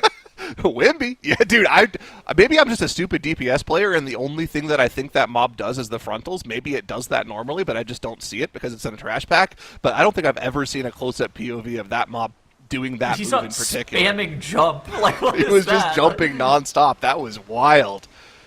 See, now we're going to have a whole bunch of tanks in chat being like, yeah, they do that all the time, man. What are you talking about? That's just normal. And it's like, okay, well, that's why I'm a DPS player and you're the tank. Okay. I don't know, man. But either way, FTBZM already on the back foot in this dungeon. Now, Bifan did send 2 deaths on their first pull, but it wasn't a full wipe. They didn't have the trash reset on them. Either way, they need to keep it clean from here on out. This might sound insane. I actually don't know if FTBZM is on the back foot. Like, Bifan... I feel like what Bifon's been doing has been really slow in this area. Okay, and the other thing as well, these teams do not look like they're on the same pace of what we saw from Big Lucky and Interrupt earlier today. So it looks like FTBZM, if they continue along this route, if they keep pressing W and doing the same normal pulls, the second Bloodlust is going to come up for Core Warden for them. On the side of Bifan, they lusted the first pull. That lust is not going to be up for this boss. If they don't have a perfect damage push, they're not going to one-phase this boss, and that's going to cost them a ton of time. Oh my god, their tank got disoriented there for half a second. It is a miracle that Bifon did not wipe. Yeah, usually that just results in whoever else is in melee just getting instantly bonked on the I think head it's a and getting stun, one shot, right? Or maybe it's a fear or something. I think it's one of those disorients that doesn't drop aggro, Oh, okay. That's which fine. is terrible, but it's a miracle he didn't die, but also, yeah. But I mean, look at this. I feel like if you're doing the right side first, and you're electing to commit Bloodlust to it, I feel like you would like to do the right side at least in one pull. I feel like for FTBZM, they're going to do the lefts. They're going to do the right side in the exact same number of pulls that Bifan did, except they're not going to press their Bloodlust on that side. So I don't know if Bifan got enough out of their Bloodlust to where I'm like exactly thrilled about the position that they're currently in. Because look at this on the left side. FTBZM has already engaged the first boss. Yeah, and I mean, again, they've done that with essentially a full wipe as well, right? They could have been a solid minute faster than this if it were to go clean for them. So, yeah, I am not a believer of this right side first strategy. I 100% agree with you. Let's see if FTBZM can capitalize on it, though. The line's not the cleanest they've ever been for one of our teams, but they do have room to dodge this orb spawn. They're going to be in the clear here, waiting for the next set of lines to spawn before we clear, it looks like here. They could go any moment now. That debuff on a couple of their players. Look at Bifon, man. Like, now. I don't know, man. Yeah, this is not great. I'm not convinced that this is the route. Well, it's not the route, but it's their route, and they're sticking to it. It's not like they can Sure, change it okay. mid-run, right? But, like, yeah, no, I 100% agree with you. This is not the most efficient of strategies. They're not even spawning the boss here. This isn't the boss pack. Oh, Correct. man. I know that they're 45 seconds behind in terms of depth differential, which should just be like fate has determined that you were losing the map. I'm pretty sure FTBZM isn't in the lead, even though they were 45 seconds behind, even though they had to run back from spawn. That's kind of crazy. Also, Although FTBZM is such a better comp for Core Warden too. Like it's multifaceted. I mean, the only thing that's a little suspect is the Warlock, but it's the best of the 3 Warlock specs, I think, at doing burst damage to the Core Warden phase. Like, Affliction has almost no ramp time. You can have your Unstable Afflictions prepared for the burn phase, so they're not going to be losing anything off the back of that Affliction Warlock in terms of boss damage for sure. We saw Yargi on Dig play Demo in here last weekend with this DPS setup instead of the Affliction. And if you think that Affliction's actually better at doing Core Warden burn damage, then I feel like for FTBZM it should be almost automatic that they're getting the 1 phase. Especially with the PI. It should be automatic. Yes, that should be the play for sure. Either way, first boss down for FTBZM. Finally, by Fun, have engaged the boss, but it's taken them 7 minutes to get here, Tettles. Okay. This is just not efficient at all. If FTBZM can get the RP trash to start pulling Core Warden in 2 pulls, right? So the first pull of the right side, and then the second pull, if it's actually starting that RP trash, I'm pretty sure they're in the lead. It really depends on how many packs they elect to play on this right side, though. We've seen some very aggressive right side like chaining from some of our other teams during some of the Western group weekends, where it's like a really elongated like 1 pull chain for 1 minute 30 seconds. I wouldn't hate that either. I think that is also completely reasonable. But it really depends on how many pulls this takes FTBZM to get into the boss room to determine whether or not Bifon is in the lead. But I mean, you see Bifon on the right side coming out of that first damage burn. The DK is doing 300,000 DPS. The Demon Hunter is doing 200,000 DPS. The Argvoker's there, and the boss is still alive. Wow, that's not ideal. A 15% push with the amount of HP that this boss has, and they just expended all their cooldowns. This boss isn't dying until the next flare. Like this. This is a full 2 phase. Yep, here comes that Light Scar flare now. The boss will die in this flare, but this is just a full 2 phase coming out of Bifon. This was not an efficient routing. This was not the best play. I mean, they're still in the dungeon, but after this, I fully agree with you, Tettles. FTBZM, if they can get the boss sub 5%, they don't even have to 1 phase. If they can get it sub 5% on the flare, I feel like they're probably somewhere in the realm of a full minute ahead. This is just looking like it's FTBZM's dungeon to win. The problem for Bifon now is that they're going to have to like 3-pull or 4-pull the left side. Well, FTBZM did have a wipe. They at least got 98% of their mobs. I think it was like 1 mob that was left alive whenever they full wiped.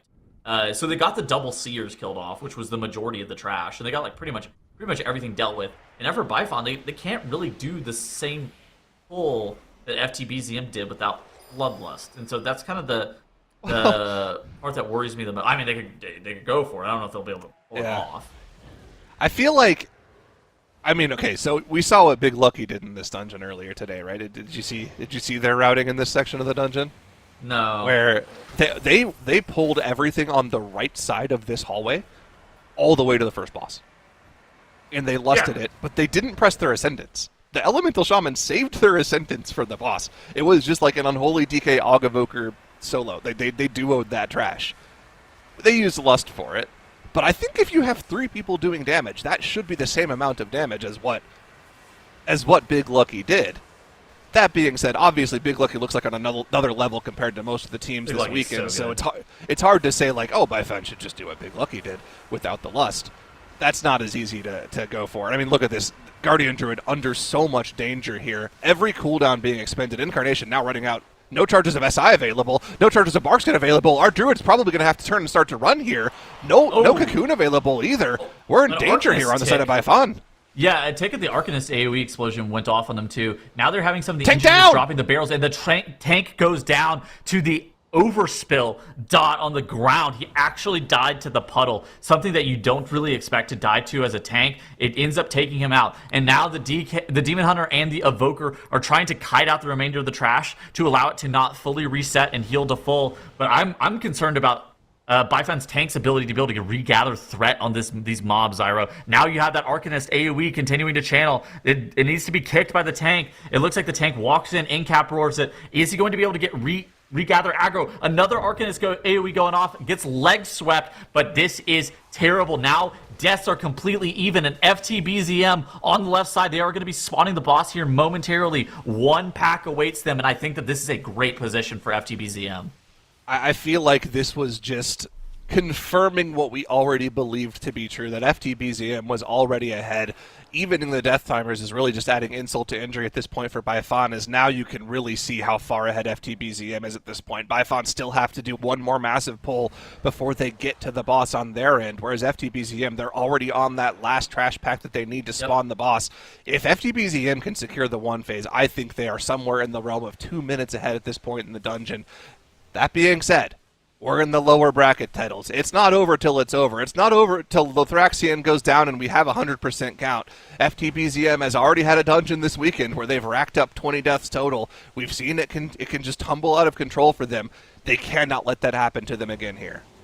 It's a game of throws. And whenever Blizzard changed the death timer to be that 15 seconds with that Challenger's Peril that's now baked into the 12s, that actually changed the texture heavily of speedrunning. Deaths are already something that's so punishing in a speedrun format where not all deaths are created equal. Some of them you can lose at 45 seconds. You can lose a minute. Now, whenever you have deaths, it makes absolutely massive swings. We thought that FTBZM might be favored, even though they had 45 seconds assessed against them in terms of death penalty. But now that it's even, it is so clearly FTBZM favored, and all eyes are on the left side of the screen. In 40 seconds here, you're going to have that first Light Scar Flare cast going off. You're going to have the Ascendance Press with that Stormkeeper. You're going to have the Breath of Syndragosa and all the cooldowns with that Dragon, with that Pillar of Frost coming out for the Frost Death Knight. You're going to have the Mike Wazowski Dark Glare coming out for the Affliction Warlock as well with that Power Infusion. And it looks like FTBZM has enough firepower to one-phase the boss. I don't even think they're going to need this Bloodlust. I'll bet they press it just to secure it, though, just for safety.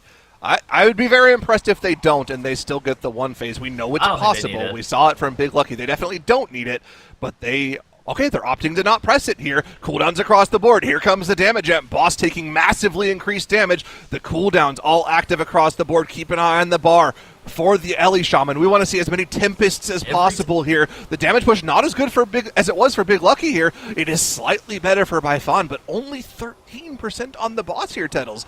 That was significantly less impressive than I expected it to be. And the Affliction Warlock really not pulling its weight at all. Now, what went wrong? I feel like that should have been an easy one phase. Maybe the Affliction... Dude, I mean, there's always the chance that the Affliction stunned? just played it poorly. Did someone get stunned? Questions we're going to have to keep asking.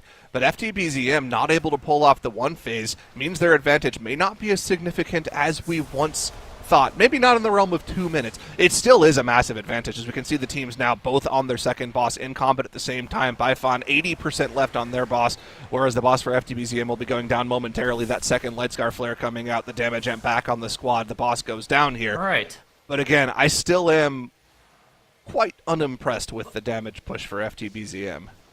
By not one-phasing the boss, we just procced 45 seconds of time loss. It's really bad. Like, that's kind of why it's like the worst-case scenario. First off, you're playing Frost Death Knight, Elemental Shaman, Disc Priest.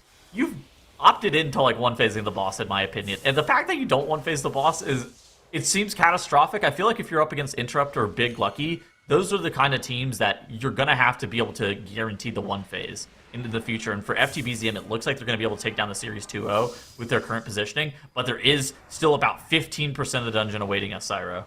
And some of the most dangerous trash mobs in the dungeon, right? These lingering images, the rot damage they do to the group through that Luciferin flare cast that places dots on players, tons of damage. These light rot mobs themselves that they're coming up on, these light elementals, they can do a lot of damage if you don't interrupt their bolts. And of course, if you ever just let these fixates hit you on top of all of the other rot damage, it could be the end of that DPS. They have the Bloodlust prepared and ready. But again, I think this team is going for the boss optimization here. This is probably not going to get pressed until we get in combat with Lothraxian. Problem is, all of the cooldowns were just now pressed. So that Lust, if they want to overlap it with cooldowns, is going to have to be saved for yet another 2 minutes here. It'll be at the tail end of Lothraxion. I guess it's nice, though, that we have the cooldowns back up here for this pull. Normally, this isn't something we'll see because the teams will have just expended all those Lust on the first Light Scar Flare from the previous boss. But because that boss kind of extended out to the second flare, the cooldowns are back up here. That makes this pull significantly safer, but obviously a lot slower overall. I think the big thing is actually what FTBZM did on the left side still, though. It's pulling those lingering images, and once you get those killed off, you're able to pull Lothraxion almost immediately. And I think that for FTBZM, the fact that they got them killed off and they still haven't engaged Lothraxion, like that to me seems like it feels like you're just like wasting time almost. Like I understand that it's pretty scary. You may, maybe FTBZM has the knowledge that they're pretty safe, assuming that they don't have a full team wipe here, and so with that being the reason, they're playing this a bit more careful. But I feel like some of the top teams in the world would have been incredibly quick on the trigger of just getting the boss pulled ASAP. Kind of, it's like one of those things that anything that's a trash gauntlet that you can't immediately continue to progress the dungeon, the speedrunning teams just go basically opt into trying to get the next part of that gate opened as fast as possible. I wonder if they're waiting for a good cooldown timing push as well, although as I say that, the Breath of Syndragosa is just instantly pressed. The thing I was thinking, right, is they want to press this Bloodlust plus 2-minute combo after the very first Divine Guile phase, and that Divine Guile phase is in about 15 seconds, so they could have pulled the boss a little bit earlier to make that lineup worth it. The Bloodlust obviously being waited to press until those cooldowns are back and active for the Ellie Shaman and the Affliction Warlock, probably pull in the remaining trash count that they need as well on top of that and just cleave that all down to complete the dungeon. We do have a death on this initial pull in the Lothraxion area on the side of Baifan, now putting them in the lead for the death counter. Did our healer get disoriented by the frontal there? Somehow still alive, though. That's crazy. Wow. What a miracle that he's still alive. Oh my gosh, for FTBZM, what's going on over there? Pick the bald one. Help. They found him. They found the bald one. They were able to get out of the intermission phase. Here's the Lust. There's the Dark Lair and Ascendance being pressed in unison on top of the remaining trash that they need to complete the dungeon. And again, I mean, this wasn't one of FTBZM's best dungeons. It wasn't one of their worst ones either. As long as they can keep it clean in the final moments, their Coco actually taking a fixate melee there from one of the birds, somehow being able to stay alive with the use of the Astral Shift. Wait, this trash isn't all they needed to complete the dungeon. They need to pull more. They need to go back to the other side too. Yeah, fine. Not ideal. They're gonna get the remainder of the trash on the right side after the Guile cast ends. I think the real analysis here for FTBZM though is like their team is pretty good. Their strategies are fairly solid. I feel like they have like good compositional diversity when it matters most. But the thing that they have to really focus on is making sure that they have deathless runs. I mean, I feel like every single time they have a deathless run, they automatically have won the map, which is, it's put them in a pretty good position this weekend. But, you face off against a team like Interrupt, who had that really good Magister's Terrace that we saw. You face off against a team like Big Lucky, and you're just like, it immediately starts being apparent that you're going to be outclassed, especially if you are so consistently inconsistent. Yeah. It's definitely a problem they're going to have to address. The problem is there's no time left to address it. Even if you win this series, you are going directly into the next series, and everything lies on that series. It looks like they are going to be the team heading through, moving on in the lower bracket here as Lothraxion drops to 10% HP. That next Divine Guile phase, not for a little bit here. They should be able to finish off the boss in the final moments here. It might be a little close. They might actually have to do yet another phase. Take a look at the boss casts here. One more AoE cast goes out, stacking for fun for some reason there in the final moments of the boss fight there. Final Divine Guile about to be channeled by the boss. Oh, please. Are they actually going to be able to beat the cast? They are, and FTBZM will be securing the Series 2-0 and sending Baifan, I love you home. Honestly, if you're Baifan, I feel like you can be pretty happy with where you finished in this bracket, but unfortunately not going to be one of our two teams heading to the global finals.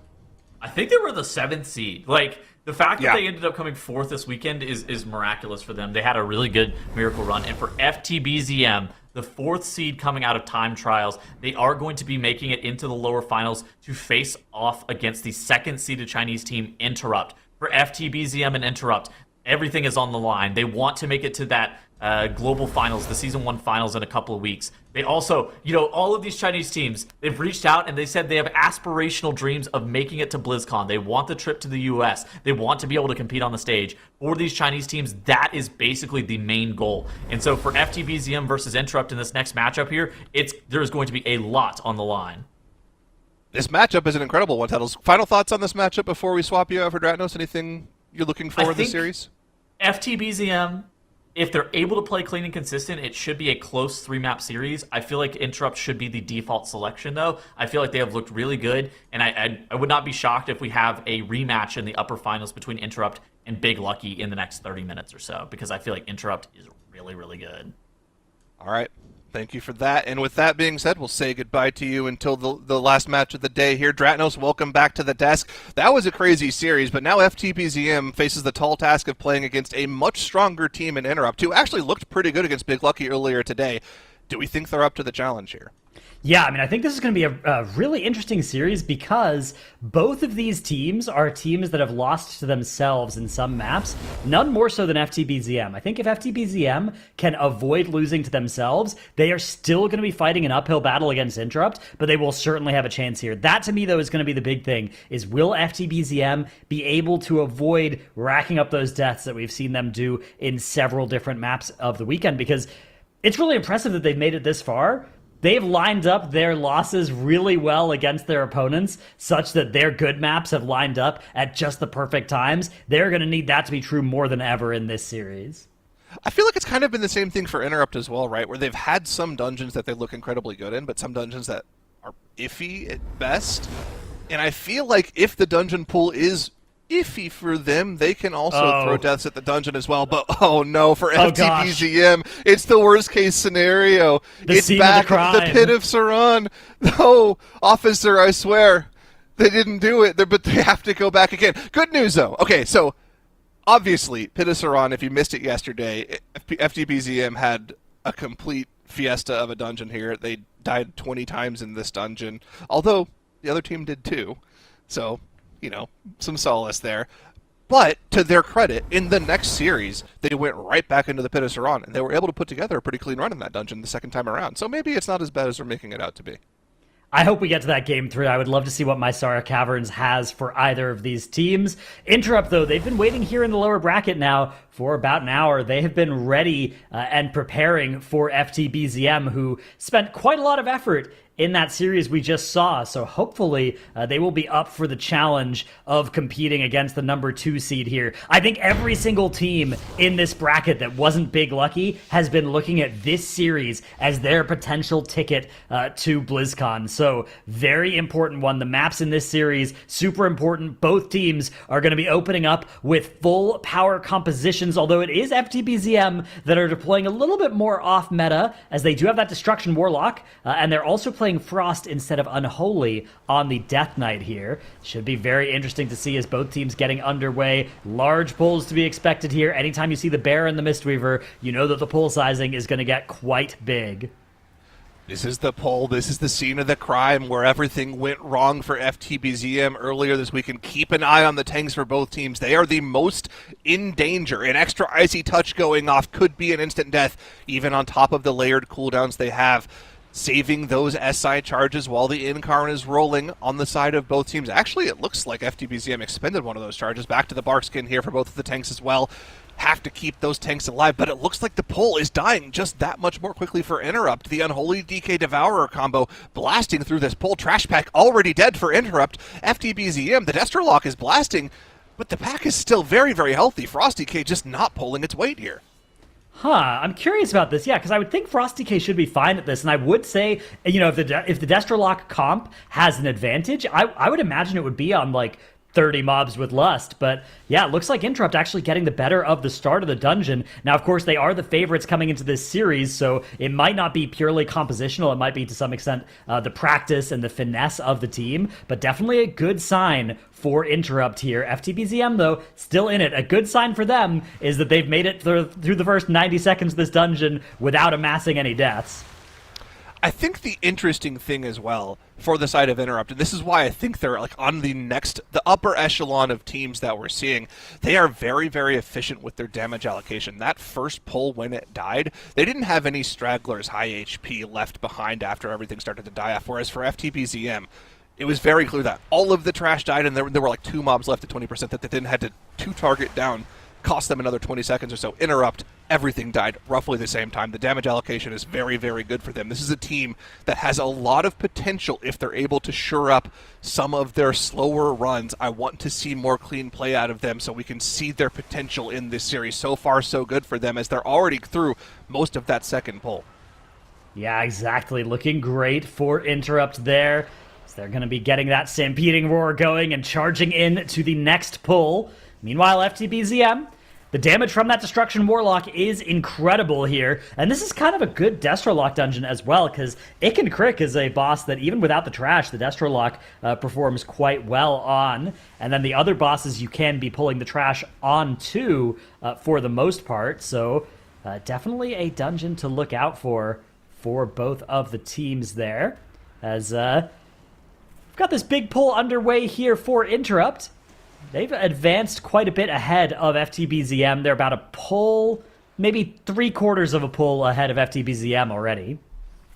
I mean, I agree. I think Destrolock is something that we'll see maybe explored a little more once we start heading to the global finals, because whenever we see this spec, it looks like it performs exceptionally well on the mass AoE pulls that are available in some of these dungeons. It's always like the comp around it that seems to suffer a little bit. Like, how different would this look for FTBZM if instead of a Frost DK they had maybe an Unholy DK that was doing a little more overall damage, right? Would that be the main difference for them? Because the Destrolock was doing like 400k more DPS than both of the classes on the side of Interrupt. It was just the Frost DK that was lagging behind. I'm curious if we'll see that explored more for the global finals. They're heading on to their third pull just now, whereas Interrupt already done with their third pull. Fourth set of trash. That Lich Pack plus the Frost Dragon in front of the Forge Master here being pulled up to the boss, and they are already engaged with the boss here. Lots of trash here to keep an eye on. Tons of tank damage going out here.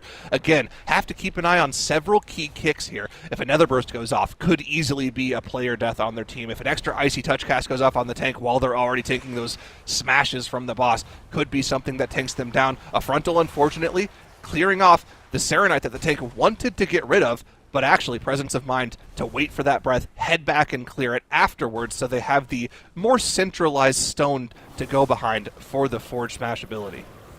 Yeah, an important mechanic to be navigating here for both teams. The boss in general, I would say Forge Master Garfrost is one of those bosses where the mechanics seem so simple on paper, and yet that slight little, the technique of moving it, especially when you're fighting it with the trash, is actually, there's a lot of skill there in not just doing it safely, which we haven't seen our team successfully do every single time, but doing it efficiently as well. Navigating it such that you're not losing any damage, you're not panic running behind one of the Serenites that's far away and costing everybody some DPS, and also that you're not being forced to expend extra cooldowns that you're going to want for the next pull after this.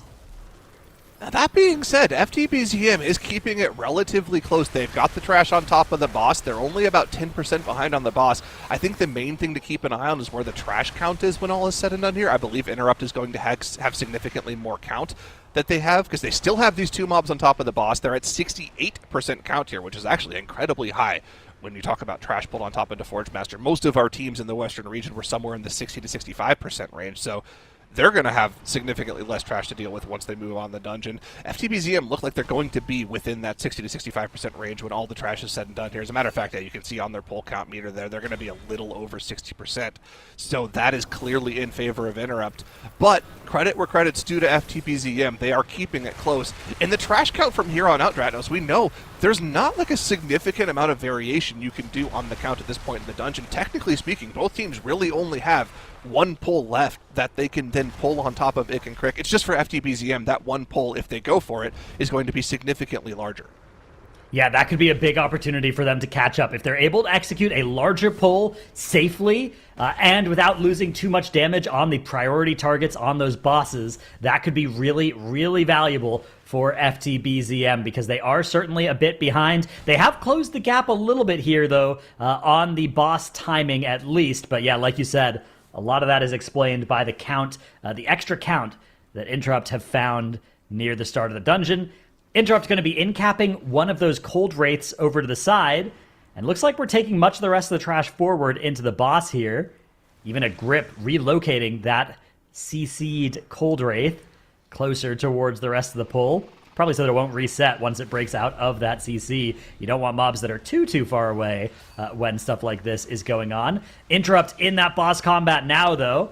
And yeah, this pull is scary. It's not overwhelmingly large. It looks like FTBZM are opting to fight pretty much the same pull, but not take it onto the boss, though, Zyro. Oh, they're fighting it solo. This costs them so much time. All eyes need to be on Interrupt here. If they can complete this pull, if they can keep it clean, they're going to be somewhere in the realm of a minute to a minute 30 ahead. Not pulling this trash on the boss for FTBZM is just a massive time loss. They're pretty much just saying, Interrupt, take this map if you can keep it clean, and it looks like Interrupt are doing just that. Frost rate goes down. It's just Ick and Crick left. All the trash is done, and Dratnos, they have all the count they need for the remainder of the dungeon, I believe. Yes, they do. That one final mob will be the remainder as it channels in after the CC is gone. The Cold Wraith will put them over that 79% counter so that they need to just have all of the trash after the wall complete the dungeon for them. Interrupt is just on a masterclass of a run here. Yeah, this run is looking so good for Interrupt. Again, this team coming in here as I would say, not quite a tier 1 looking team from their time trial times and from their performance so far, but they're close, right? They're like a tier 1.5, a high tier 2 team. They're up there. They're competitive. They're not on the level of mandatory of Big Lucky from what we've seen so far, but at their best, they come darn close, and this run so far is looking exactly like one of those runs. It is 0 deaths. The strategies are large, they're ambitious, and they are working out flawlessly for Interrupt, and this has opened up an advantage over an FTBZM, who have to be pretty happy with their run so far as well. From FTBZM's perspective, they've been in Pitasaron before, and it has looked nowhere near this good, so they have tightened things up, they have cleaned things up, but unfortunately their opponents are operating on a very high level right now. FTBZM about half a boss health behind, and also still needing to clean up some of that count to catch up here. Funnily enough, Interrupt, although they were finished with count if they wanted to be, opted to then also pull in the roaming pack of ghouls and geists that's right next to the boss here, so they actually are securing about 2.5% more count for them. This doesn't really gain you a whole lot. The remaining part of the dungeon, once the wall goes down and you have the trash in front of you, so all of the things up the ramp heading up to Glaciath, it's 21.6% count that's available in that section of the dungeon. Now, all of the teams do skip past the first pack, but generally they'll come back down, tag it, and bring it up to the boss. I guess what Interrupt could do if they wanted to is just not do the Hornstone skip back down and pull the trash into the boss, and they could just pull the boss right away. I guess there's some merit to that. They don't have to wait for the trash to come up to the boss, but I guess that's what the plan is probably going to end up being for them. They just don't need to pull that first 4-pack here whatsoever. Good rescue kit skip past, no mistakes from them whatsoever. The Warnstone back up to join the group is in, it's clean. They have all 5 players here. They're charging towards Glaciath, and this should be the rest of the trash they need in the dungeon, if I'm not mistaken, Dratnos. Yeah, pause there for a second or two as they were setting up that skip, but nothing to worry too much about as they're now getting in combat with Glaciath, the mini-boss here, pulling backwards, and they'll be baiting the first big circles here. Navigating this section of the dungeon is quite technically intensive because you have to bait these circles, dodging the other circles on the ground, and then you have all these casters. And casters, the most annoying thing when you have casters in your pull is if you're forced to move away from them. Abilities like Death Grips and also landing those interrupts, well, you can see Snow there even charging back in to land that Skull Bash, just keeping these casters inside the AoE, vitally important for both damage and safety on a pull like this. Super clean execution from Interrupt, though, as they keep these mobs stacked together, chaining AoE CC, knock-up, stuns, interrupts to make sure they get as few leaps as possible on the group. The damage intake is incredibly low for them. The interrupts are perfect. We're not taking any extra damage, and they are cruising towards a clean first victory. FTBZM also on their side, as they've dealt with Ick and Crick, they do a slightly less efficient skip on the left here. You can see they hop up to the left side, gateway past the trash, but not until the DK pulls the pack down in Shadow Melds. They Shadow Meld light, though, after taking a melee from the trash. They do get the skip off all said and done, but it's just a little bit slower, a little bit less efficient. They're able to get through. It is a deathless run so far for FTBZM, but Interrupt, just much superior strategy, much superior damage, in an overall faster route. They have their count dealt with. As long as they clean up that last trash mob that was straggling, there it is, 100% count, and they can just charge straight ahead to the boss. They don't have to deal with any Wernstone skipping to get the trash up here. No running up the mountains for that trash. It's just one boss between the first map's victory here for Interrupt. Scourge Lord Tyrannus engaged by Interrupt. The Lust popped as well. And we've got a couple of cooldowns ready. In fact, all of the DPS able to leverage a offensive cooldown overlapping with this Bloodlust. Really good here. The Incarnation, unfortunately, not going to be available quite on pull. Not the end of the world, though. Of course, the Guardian Druid currently in 5th place on the damage meter. Not a place the Guardian Druids like to be, but somewhere where he'll be able to ascend out of that pretty soon here as that Incarn does finally become available, getting used here for single target damage rather than saving it to pad on the Army of the Dead, which is save it for the intermission. No, save it for the intermission. You need that damage. That's Guardian Druid's niche. They got to do the big AoE damage, man. Unlucky. Unlucky indeed. I guess you're giving your DPS players funnel. It's probably the right thing to do. You can see Snow going to maneuver this boss over on top of the caster that is about to spawn here. All of the other ads. In fact, they've actually allowed some extra small ads to spawn, making sure to freeze all the casters. But even in the blocks of enemy spawners that included a caster, they made sure to only hit the caster and maybe one other guy and let some of the other smallies spawn so that they can get even more of that beautiful, beautiful pad to increase their overall damage number and also get some funnel and speed up the dungeon, which, which of those two priorities was higher in the list? That's something that is only in the minds of the players. I can tell you which one it would be for me, though, as Interrupt finishing off this boss in such a swift fashion here. It's not even going to get anywhere close to that second Army of the Dead. This is one of the most single-target DPSs that we've seen out of a team. That boss is going to be going down to, say, 1342 for Interrupt as they take a 1-0 lead here. Okay, Dratnos, I think we're underselling just how impressive this run is. I want to talk about some numbers for this dungeon. 17 Pit of Saram. This is something that we only saw in Cup A of our Western Cups. The fastest time that we saw in a 17 Pit of Saran. Are you ready for this? It was mandatory. It was a 14:19. Interrupt just did this dungeon 30 seconds faster. During that run, I was talking about, like, dude, is this a team that's on the level of mandatory of Big Lucky? I mean, if they keep doing runs like this, then the answer is absolutely yes. It is incredible that we've seen this out of Interrupt here. And also, that puts into perspective how fast FTBZM were going as well, right? They were a little bit slower than Interrupt, who were faster than everybody else we've ever seen in here. So, wow, what a run out of Interrupt. Again, world-class, greatest run we've seen in there. Remarkable. That does move us into game 2. A more important point of comparison for this weekend, I guess, for the grand finals of this weekend, it was also 30 seconds faster than Big Lucky. So if that shows up in the grand finals, maybe Interrupt can steal that one away. Although Interrupt not out of the woods just yet, just one game up on FTBZM. It's not said and done yet. They have to complete and win one more game to secure that spot in the grand finals and also in the global finals. Remember, big prize of the weekends. Top 2 teams make it to global finals where they can then play for that slot at BlizzCon. That's the grand prize here. Interrupt one map away. FTBZM back to the wall here. Need to reverse sweep this series if they want to keep those BlizzCon dreams alive. Heading to the Algathar Academy next here, Dratnos. A 17 Algathar. Incredibly difficult key to perform correctly here. Yeah, at least the spec variety restrictions should be fairly kind here because there's a lot of good stuff you can use in the Algathar Academy. A lot of different tanks, a lot of different healers that can slot in. The DPS side of things, I think that's going to be the spot where the teams will probably opt to minimize their restrictions because, as I say that, it is going to be Mystery verse restricted out of both teams, but 2 DPS holding the bear. I think, in fact, I suspect they're holding the bear for the Mysara Caverns, although we might see the teams deploy it here in the Algathar, but I feel like it's more valuable there than here. Teams might be saying, you know what, this might not go to a Game 3, though. We need to use everything that we've got here in this map. FTBZM able to restrict the Destrolock and the Frost Death Knight as well. I do like that compared to Interrupt having to lose the Devourer and the Og. So even though Interrupt are up 1-0 in the series, I think FTBZM are up in the spec variety restrictions. Yeah, I would agree with that. Devourer Og, definitely insane power picks. Very powerful overall. FTBZM, though, massive uphill battle for them as we head into the Algathar Academy. There's a lot of other strong picks that Interrupt have available to them. They could also opt into the Frosty K on their end, although Unholy is the one they kept alive, so they'll probably stick onto that. What do we think they could bring out banning the Devourer in the AUG? Maybe some flavor of Warlock? What do we think? I don't know. We're about to find out, though.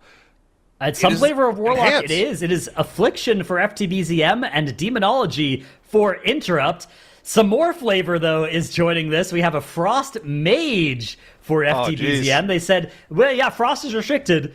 Not all Frost is restricted. And you know what else is not restricted here? Is Holy Paladin for Interrupt, as is Discipline Priest for FTBZM. So we have got some really spicy picks entering the Algathar Academy here for both teams. The one thing that I do not like for either team is that by committing the Guardian Druid here, they're not going to have it for Mysara Caverns. It will be a required restriction, as they'll have both played it twice now. But we'll cross that bridge if we get to it. Interrupt already in a huge pull here in the Veximus room. FTBZM 2, their tank is in a lot of danger already. Although, difference in strategy already off the bat. Bloodlust instantly committed by Interrupt at the start of the dungeon to this massive pull, whereas FTBZM have opted to hold this. Is this something they can do? Mage, very squishy class to these massive pulls. Not a lot of defensive buttons to press. Literally, really only the Ice Cold and the Ice Barrier. All of their other defensives gone this expansion.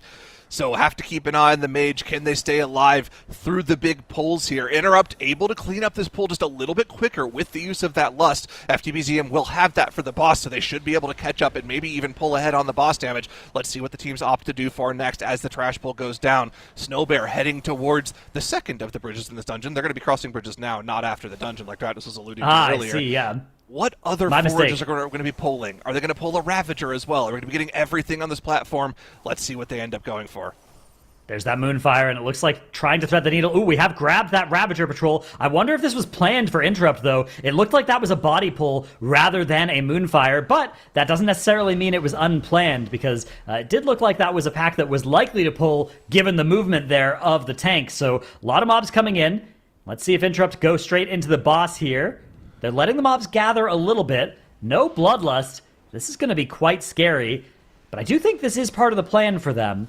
That Ravager going to be a scary addition to this pull. One other feature of their composition is that they are lower on Night Elves than usual, as the Holy Paladin and the Enhancement Shaman both cannot play that race, which means there are fewer people that can just meld when they are targeted by that Ravager for that leap. There was a nifty little gateway from the bridge up to the boss here for FTBZM, but the tank goes down. Oh, wait, did he snap back to the Ravager there? He did. The Ravager was too far from him, and because it didn't have a path to the tank got snapped back to the Ravager and died. That is incredibly unfortunate for FTBZM there. That's actually the intended use of a snap. That's not like the sort of like bug abusing thing that players have been doing for the past few years. Unfortunately, it results in a full team wipe for FTBZM here, and they end up having to get past this trash pack once again. I don't think they have the tools to get past here very easily. Our tank is running back. It looks like they were able to get a mass res off, but now we have to either go back and gather the trash pack once again. They're just going to have to go for it. This is their lust pull. They have to go for it. In the meantime, Interrupt, they're done with the trash. They've got Veximus down to 50%. This is just all going so horribly, horribly wrong for FTBZM. Yeah, catastrophic, because they are going to recuperate, try and get this thing restarted. But I don't think it is going to work out for them unless something is going to go wrong in a big fashion for Interrupt. Now, Interrupt are playing a fairly off-meta composition here. One has to imagine that some of the specs they're using here, this probably isn't the only comp that they've practiced in Algathar.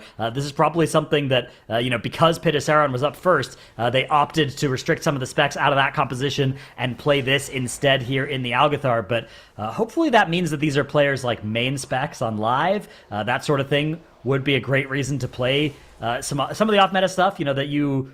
Which off-meta specs you use, often the best answer is whatever you main on live, as players just have so much familiarity built up on those. We have another death, though, for FTBZM. It is during Lust. There is no B-Res available. This is going to be an absolute disaster. Now, the boss is at 73%, so it's about at that breakpoint where you'd maybe continue the pull, but wow, it does not feel good. That was my concern when I saw the mage pick in this dungeon. Is like, how does your mage live some of these big pulls on top of the boss? If they get an arcane bomb at the same time the fissure is coming out from the boss, and there's also Forger still alive charging, if your mage doesn't like pre-ice cold it, they're just dead. And you can see Coco here on the mage Both charges of Ice Cold available, dead on the floor. Not what you want to see from one of your players, unfortunately. Just not able to get that personal off in time.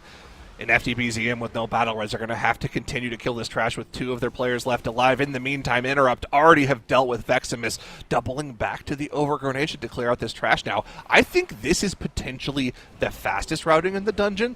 The problem is you might not be able to get as much count as you would otherwise intend because you're skipping that second Ravager on the island. But what this does allow you, that we've been talking about so often in routing in the Alcathar Academy, Drados, is if killing off the trash now gives the RP time for the Overgrown Agent to spawn. They can then head off to Croth, kill that boss, kill that trash, and the boss will be here waiting for them when they get back. There's no downtime for them whatsoever this way.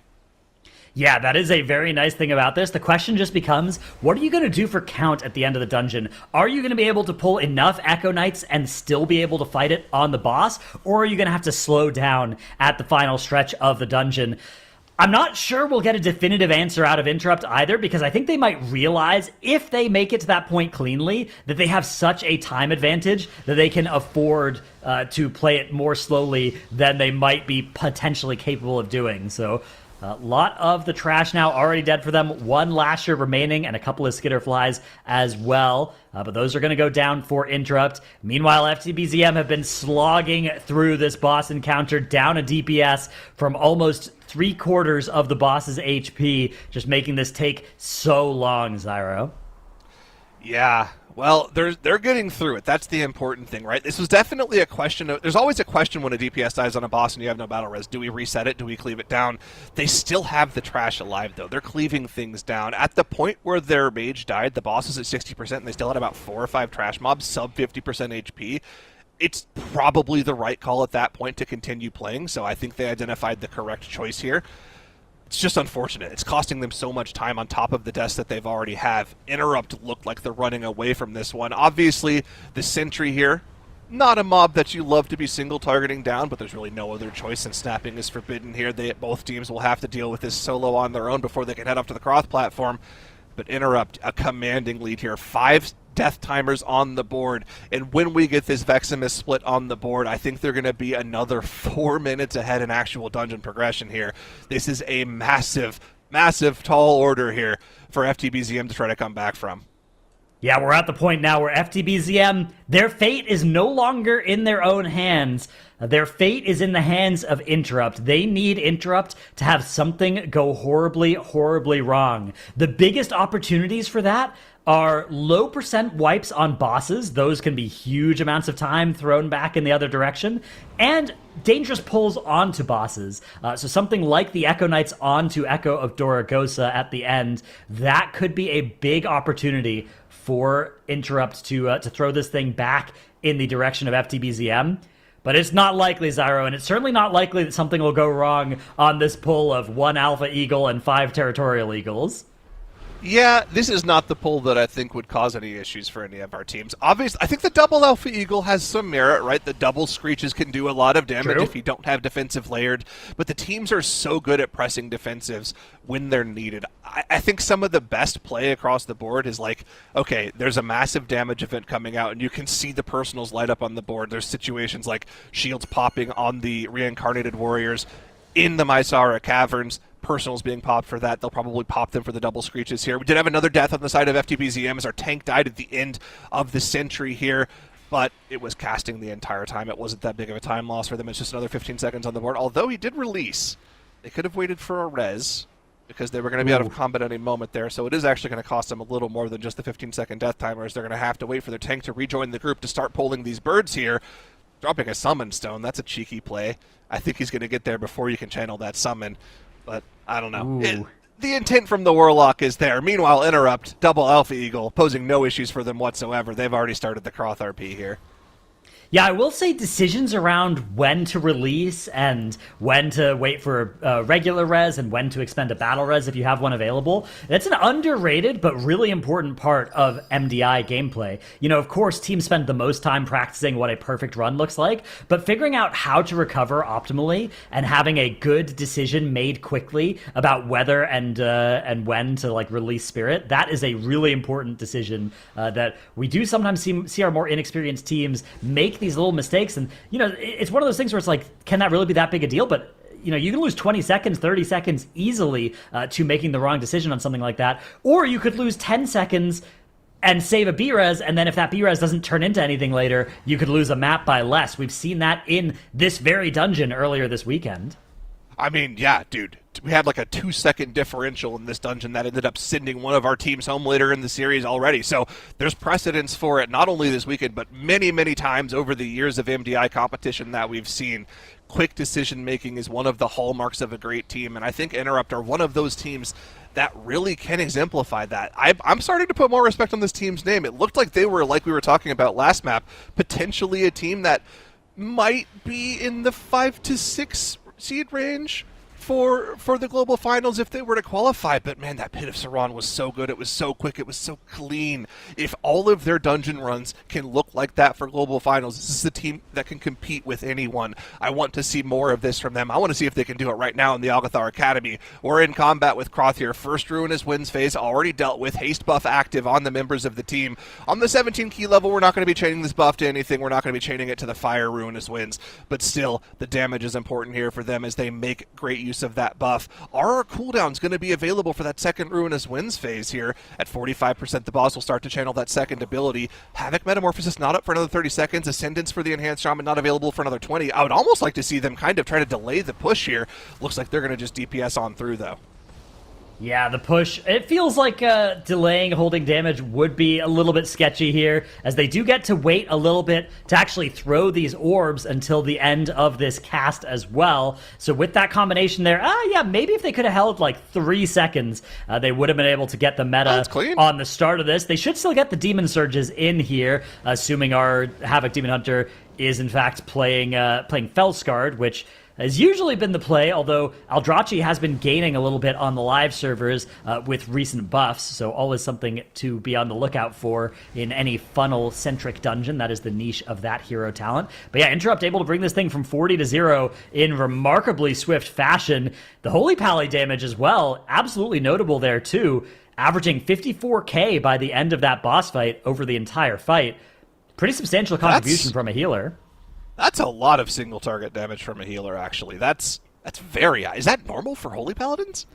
So it requires the commitment of your Holy Power into damage and your wings on for damage as well. But you can do that and do pretty impressive burst during. A lot of that damage came during that burn of the fire goal. So it is. I don't want to say normal. It is definitely possible for Holy Paladins to do that, but it requires you to plan for it, and it requires the rest of your group to be able to get by on just your low cooldown, low power heals for most of the fight. You know what? I'm going to say something controversial, Dratnos. You ready for this? Yeah. Give Holy Paladins Ashen Hollow back. I want to give them that power. I want to see them. There's something interesting about having power, like offensive power, baked into a healer toolkit. I think that's incredibly impressive. Like they can participate in the dungeon in a way that they don't normally participate. I think that's very cool, and that's part of the meta. I loved when we had that Ashen Hollow meta in the MDI back in the day. I would love to see it once again. Let them do damage. Let healers do damage again. I want to see it. Yeah, Ashen Hollow was one of the most warping abilities from the Covenant ability slots that just completely redefined how paladins that chose that Covenant played. For anybody who didn't play in the Shadowlands expansion, it was a 4-minute cooldown, and it was basically a giga consecration. It was like 4,000 consecrations layered on top of each other that you'd get to press once every 4 minutes, and it was crazily powerful. And then you were there for the other 3.5 minutes of the dungeon. You were there too. You got your Moonkin to heal your group with Heart of the Wild. That was a lot of the plan when Ashen Hollow was down. You also had a lot of target dummies that you would place down to help your tank stay alive that season, which was a little bit weird and off meta, but it's neither here nor there. I think it's an interesting idea, dude. That was such a weird season. Holy Paladins with Ashen Hollow in raid. If you gave them power infusion, they like topped boss damage for the first 40 seconds of a pull. Wild times to be alive back in the Shadowlands. Back to the present here as Interrupt dealing with the end of the Overgrown Ancient here, and you can see where the lead is really opened up for them. They're killing off the third boss. At the same time, FTBZM is killing off the second. An entire dungeon boss progression here for Interrupt as they charge towards the Echo of Doragosa. They move towards a berth in the global finals, and they keep their BlizzCon dreams alive. A gateway through the mountain here will secure them the passage to the Echo Knights. That is all they need to complete their count. Let's see if they take this in. It does look like they are going to run through the corridor here. And let's see if they bring this on to the boss. At this point, surely they know how far ahead they are. But a characteristic of great teams, a characteristic of good teams is that they'll identify when they're ahead and slow down. A characteristic of great teams is that they don't even really think that much about it. Because it's like, yeah, this is just our pull. Why would we slow down? We're going to do this pull successfully. Why would we not do that? We'll just do what we always do. And it looks like that is exactly what Interrupt are up to here as well. Pulling into the boss after a spawn of those tornadoes. A Demon Hunter fell rushing over there and landing that Disrupt, bringing in the caster as well. Getting everything into that beautiful meat grinder where all of their damage can be leveraged with this Lust. Again, I want to draw comparisons to the things that we've seen in the Western region. 17 Algathar Academy, the fastest runs we had. We only had this during Cup B, if I'm not mistaken. Yeah, only B had the 17, A and C had the 15 Algathar Academy.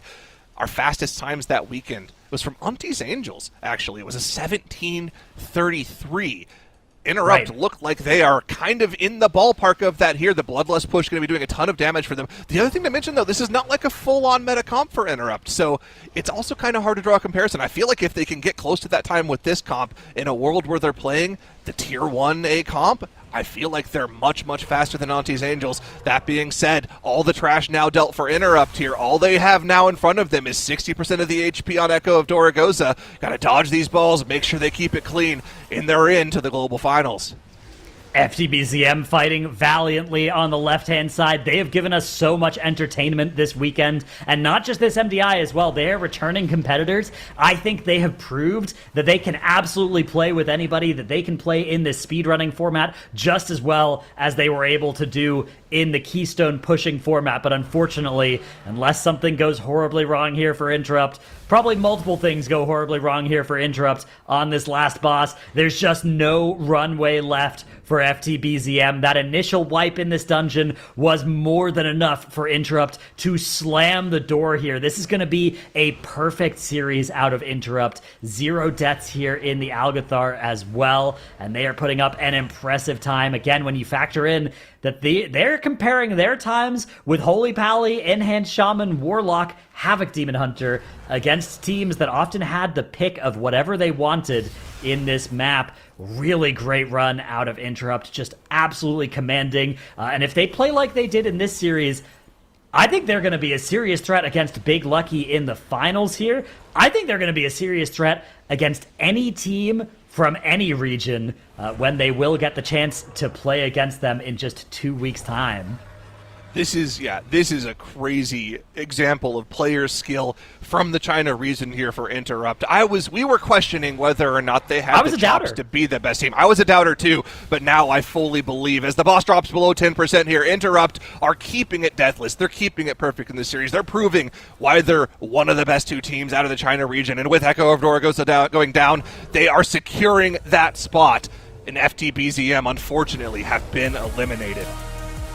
That is sad to see them go, but really happy for Interrupt. This is a team that clearly deserves all that they are getting here. But one thing that they might not deserve, but they are certainly getting, is unfortunately going to be a rematch against Big Lucky for them. That's going to be a tough proposition, but that is what is coming up next. And Zyro, this is going to be pretty hype as well because it is a best of 5, which means our spec variety rule gets turned up to 11. If this makes it to games 4 and 5, we will be seeing 9 and then 12 specs restricted in those maps. An absolutely incredible amount of depth will need to be displayed by our teams if we make it that far in the series.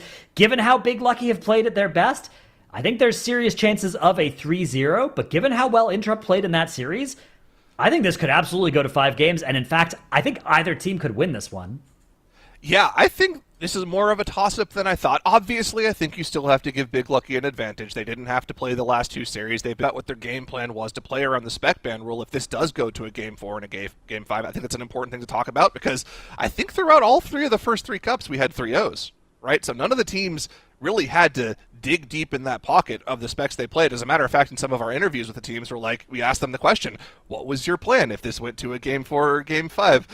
Across the board, they were kind of like, we don't need to talk about that. Our strategy wasn't the best. So, if this does go to a Game 4, Game 5, what do these teams have planned? I'm really excited to watch this matchup. All right, well, watch it you will, but from afar, as we're going to swap you back out for young Tettleton here, joining us for the last series here. Zyro, we will see you in 2 short weeks for the global finals, though. But Tettles, enjoy. It is Big Lucky versus Interrupt. It is time for the match that we've all been waiting for, the rematch that these teams have earned here. Yeah, I think so far, across A, B, and C weekends during our group play, we saw 3 3-0s during the finals. Never actually seeing those games go to a full 5 games. It felt like the team that was the underdog in all 3 of those matchups ended up taking a pretty big gamble with their spec variety rule and then getting kind of heavily punished in Game 3. But what we saw from Big Lucky and Interrupt earlier today in the upper bracket finals, I feel like this is a closer group of teams than we had saw during Group A, B, and C weekend. Maybe the only 2 teams that were actually as close were Dignitas versus Liquid in Group C, but Dignitas pretty quickly dispatched of that with a 3-0. So what is it going to look like today? I mean, Dradnus, what are your predictions for this series? What would you have to, if you had to give a prediction, what would you say? I do think Big Lucky are certainly still the favorites. I think Interrupt, if they play as well as they did in that last series, though, would take it to a Game 5. But on average, I don't think Interrupt I think Interrupt played better than their usual in that last series. I expect a reversion to the mean here. I'm going to go 3-1 in favor of Big Lucky. As we see the map pool here, Tettles, what are your thoughts about just the prediction in the series and then also this map pool?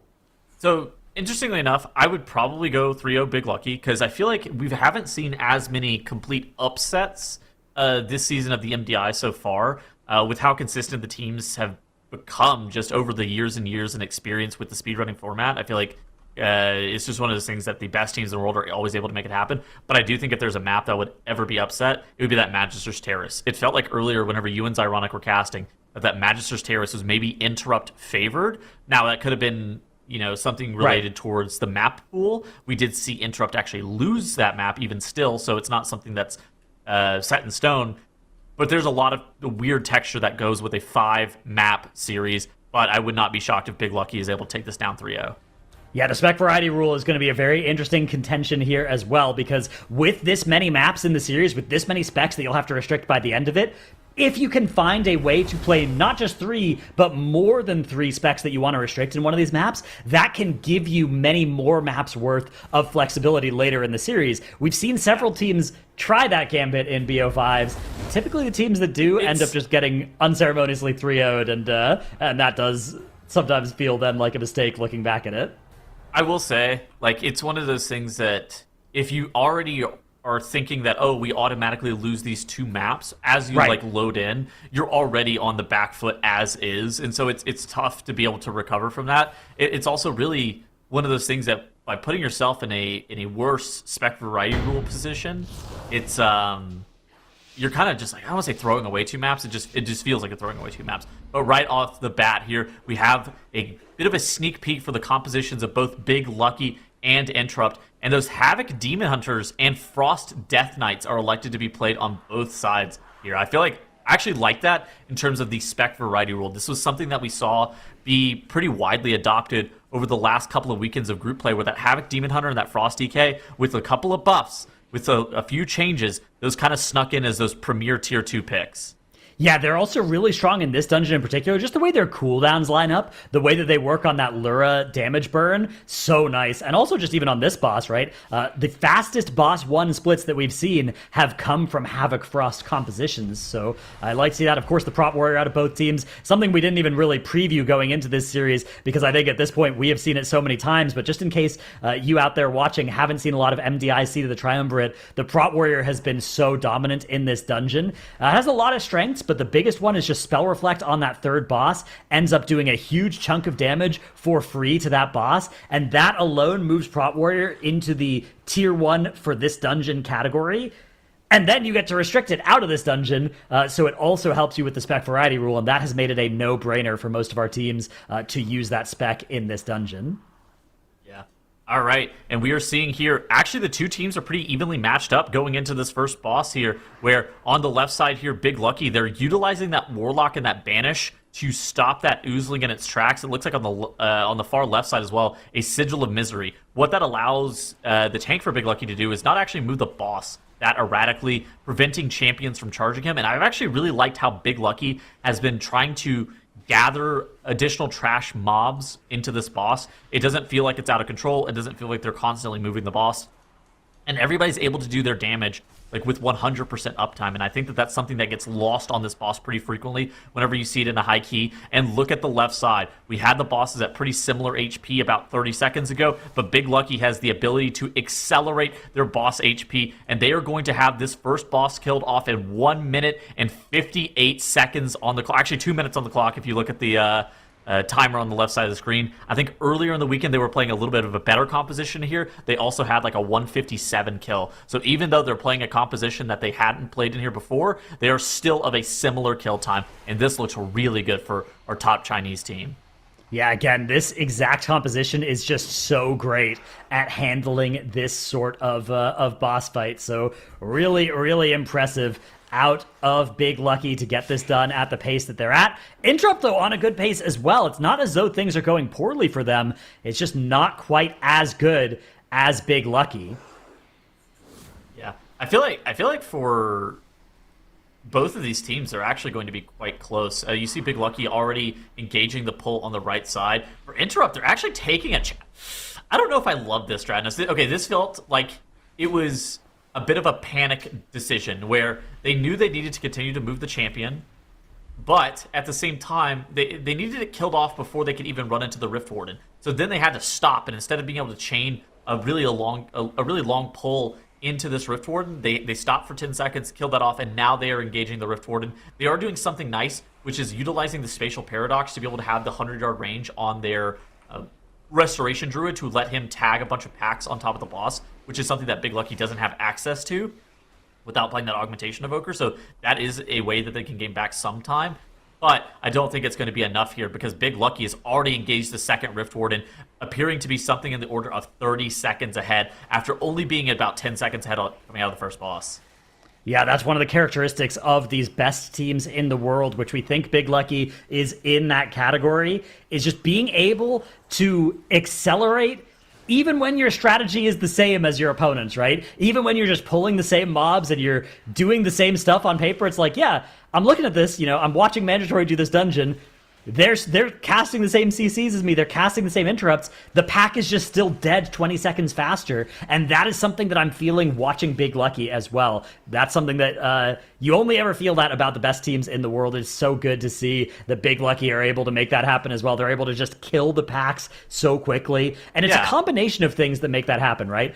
Of course, some of it is just choosing intelligent specs for the dungeon. Even when you're playing around the spec variety rule, playing the sorts of specs that are going to be efficient in a given dungeon, really big part of it for sure. Another part of it is player familiarity on those specs and execution of the rotation. And a lot of it is just really intelligent target priority. Understanding whether you should be playing your optimal 5-target rotation or focusing on single target because there is a priority target that is actually what is gating your progression. I think that's something that's also really underrated is player skill, right? Where, I mean, you listen, if you are like a long time Race World First viewer, player skill between, guilds that are in the top 10 versus the guilds that are in the Race World First, that is just a massive chasm, just amongst the players. And I feel like it's the exact same with the MDI as well. With the speedrun format, just the ability to be able to do 5-10% more damage than the rest of your competition is something that is difficult to notice in those, whenever we're in the heat of battle, right? A lot of the times it's the flashy stuff, it's the big pulls, it's the weird tech. But I think that the ability to be able to do just the most amount of damage and get the most out of your character is a huge deal. And that a lot of that comes down to something that you mentioned, is spec familiarity, where having a good group of players that can play a bunch of different stuff at the absolute world-class level, it's something that's hard to come by, but that's why you see some of the best players in the world, like the Genjis of the world, hop on new and different specs every single season and perform at the exact same level. Exactly, yeah. Being able to pick up a new spec, being able to learn it, being able to play it like your main, Or sometimes, one thing that can be fun is in MDI, sometimes there are people that are like, yeah, I'm actually just a Warlock main. You know, I've been playing MDI for years, and I've been playing Unholy in the MDI because that's been good for so long, but now I get to play a little bit of Warlock in some of these keys, right? And really get to flex not just my MDI expertise, but get to leverage all of that experience from maining a spec for years on the live servers. As it turns out, typically playing a better specialization at a 95% level is a little bit worse than playing a slightly worse spec at 100%, like the rank 1 level, right? Like, as it turns out, playing the worst spec normally ends up being a little bit better if you were able to supersede that with just better familiarity and better player skill. But I mean, right now on the left side, nothing but good things can be said about the big lucky run that we are seeing here. They have suppressed the council fight in the Seat of the Triumvirate down to 40% HP, and they were continuing to build upon that lead that they had coming out of the first boss. And for Interrupt, they're trying to keep it as close as possible, but it looks like for Big Lucky here, they're going to have a slight count disadvantage, but an insane time advantage coming out of the second boss. Yeah, I think the time is worth well more than the count here. It is such a small amount of count as well that, yeah, I definitely would rather be Big Lucky here, but certainly credit goes to Interrupt here as well. We've been talking about how this run's been world-class out of Big Lucky. It is very close right now, though, in this map. This is not one of those series where it's like, oh, yeah, we're watching one team and the other team is just getting farmed, right? This is one where it's like, yeah, Big Lucky look like they're on one of the best runs we've seen. Interrupt are right there with them, though. 54% on the boss as Big Lucky do finish it off, plus a little bit of bonus count as well. So when it's all said and done, probably less than a boss, less than half a boss is the advantage here for Big Lucky as they now set up to execute this meld skip. So it looks like the first half has been done. I think that's something that, like, something that you were mentioning earlier has been kind of true this entire MDI. Where a team that's like slightly slower, the best thing that you can do, instead of trying to panic and, you know, play a strategy that you're not comfortable with, the best thing that you can do is position yourself to be able to capitalize on any mistake. Because while Interrupt, they're going to be a little bit behind on the boss, I would not be shocked if they're only one death behind. And for Big Lucky on the left side, this is probably the hardest pull in this dungeon. You have orbs that are crossing the room the entire time. You have players getting targeted with an insanely hard-hitting tether. You have the bound void callers pulsing on the entire pack with AoE. If any of the CCs get broken on the right side, we saw a Hex and a Cage come out. If any of those CCs get broken out, you'll have players die. If any of the casts go off, which you saw get interrupted shouted by Shun on that Warrior, those would end up wiping you as well, those abyssal detonations. And so now but at the same time for Big Lucky, they were able to easily dispatch all of the mobs that were required to spawn the boss, and with really good priority damage, with really good targeted cleave, they were able to get the boss spawned with some of these Shadow Weavers still up. Wow, that is pretty scary to be fighting this boss with anything. This is a scary boss in and of itself, but Big Lucky are making it look easy. Those spell reflects going to be coming in big as well. Shun on top of the damage meters right now on that prop warrior by virtue of that spell reflection. Such a powerful effect on this boss. You can reflect basically every other cast on this boss, which is really nice because it means you can just tell the rest of the group, don't look at it, don't ever kick it. I will either kick it or reflect it, and I'll call if something goes wrong and I need an extra bit of help on it. Bro, Shun is just so good. He's a player that was like a long-time mage player for Limit, and you know, I feel like over the last couple of seasons, he's really flexed in his ability to be able to play tanks at the top level in the world, where he was rank 3 on the live ladder for an extended period of time at the beginning of the season. He was a part of the rank 1 team for an extended period of time in the War Within Season 2 and War Within Season 3. On the right side of the screen, though, while I was talking about how good Shun is, Interrupt is having a couple of deaths. They elect to send both of the battle reses, and things are starting to spiral a little bit out of control. Are they going to be able to recover from these two deaths? It's hard to really say, but if you're Big Lucky, you have to be happy with this. Not only are 30 seconds assessed against Interrupt, but you feel like you're kind of in a great position to be able to down Viceroy Nazar with only Lura left. Yeah, this is such a good spot for Big Lucky. Again, those two deaths probably weren't needed for Big Lucky to be ahead, but it's definitely nice to get that cushion here, as they are both still going to need to gather a little bit more trash after this boss as well.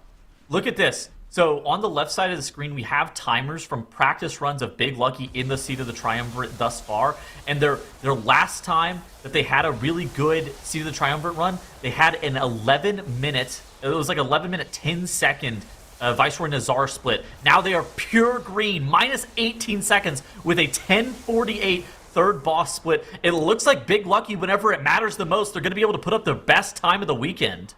Yeah, green splits all the way down. That's exactly what you want to see. It's exactly what Big Lucky need here to be able to just send Interrupt back home in a swift fashion if they're able to make this all work out. This dungeon is going to be over very soon as they have one more big pull to contend with here. This pull's not a lot of mobs. It is a lot of danger, though, Tettles. There is so much that can kill you when you're fighting these robots and these casters.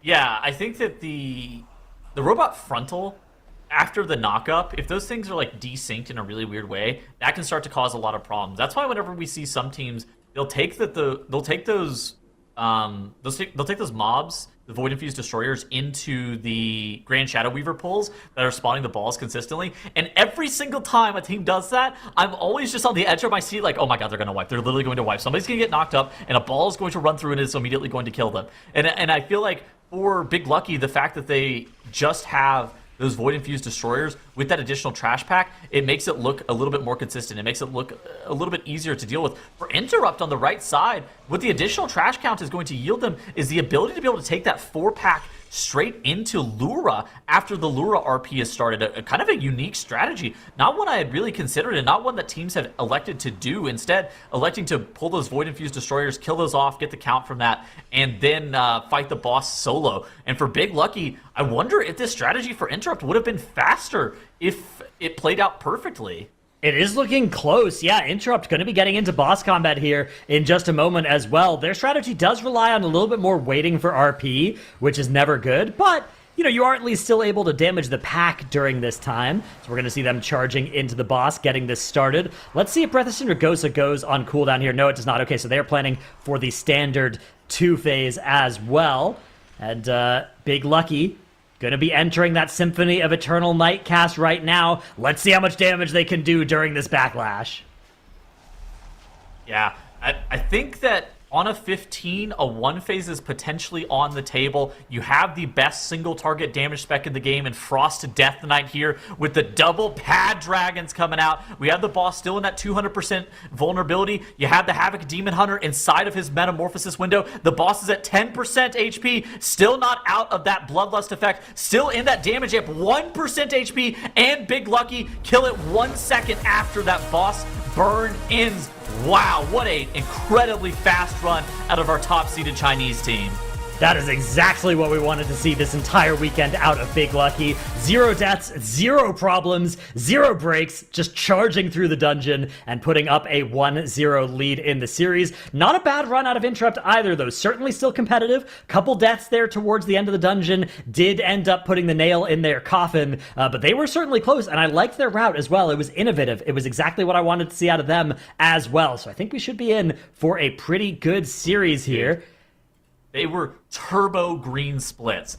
1339. They actually had their best run that was observed by the observers by 21 seconds. And when the pressure mattered most, the first map of the grand finals, Big Lucky are able to take down that first map. That is so incredibly impressive.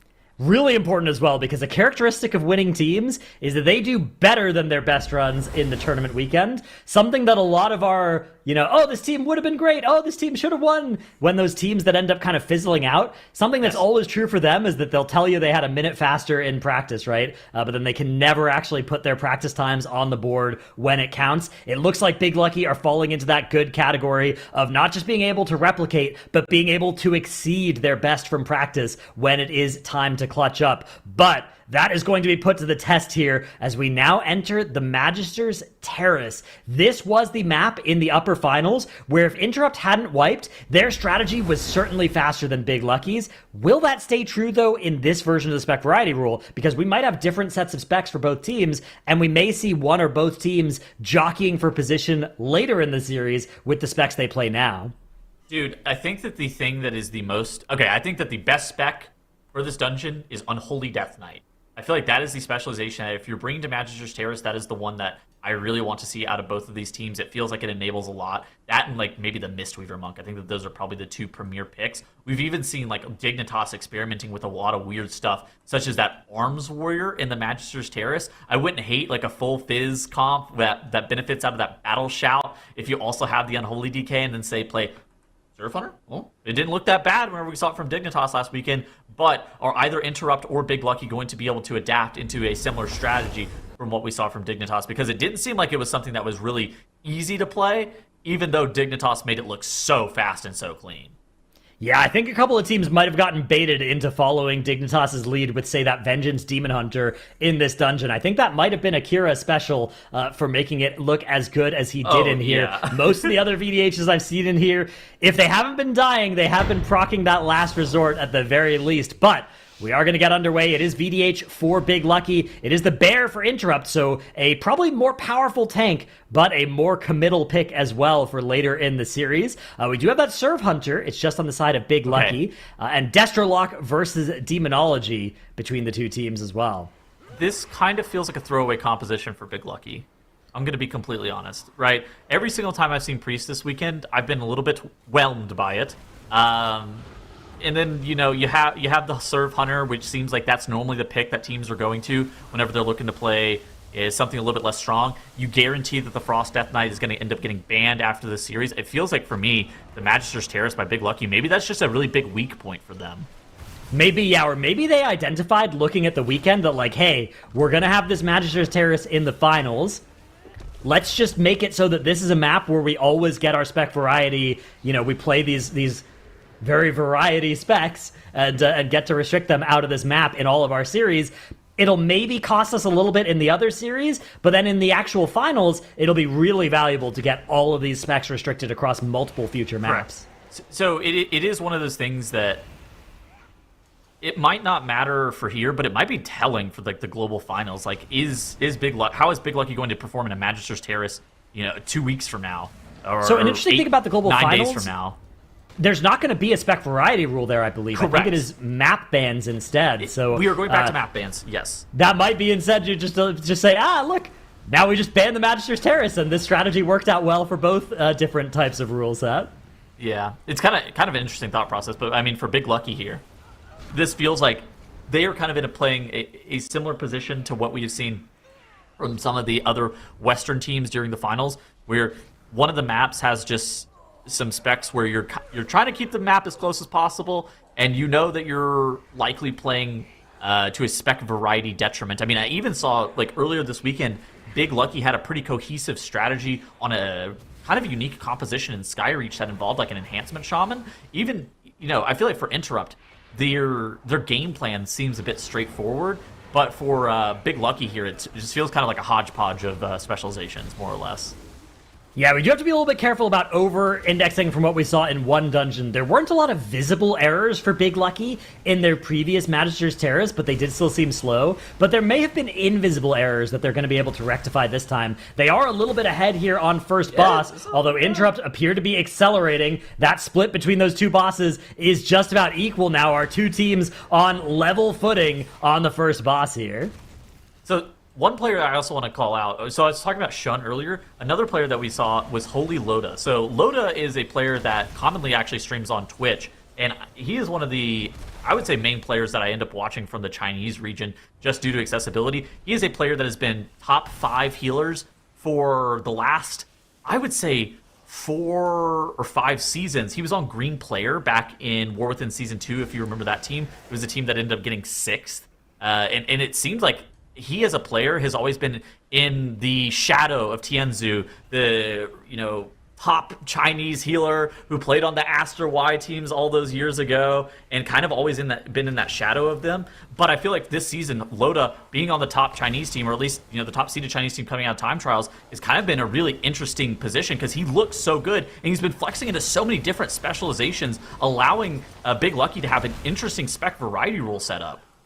Yeah, absolutely. As Interrupt here are going to be accelerating by a huge amount by the end of this boss fight, killing it off while it still has 14% health for Big Lucky. Now, Big Lucky if you look at their damage meters there, you'd say, oh my goodness, that Destruction Warlock absolutely popping off. But a huge chunk of that was just pad on the big AoE at the start of this pull. And their overall composition does appear to lack some single target when compared to Interrupt. This was the observation that we were making when they were playing in the upper finals.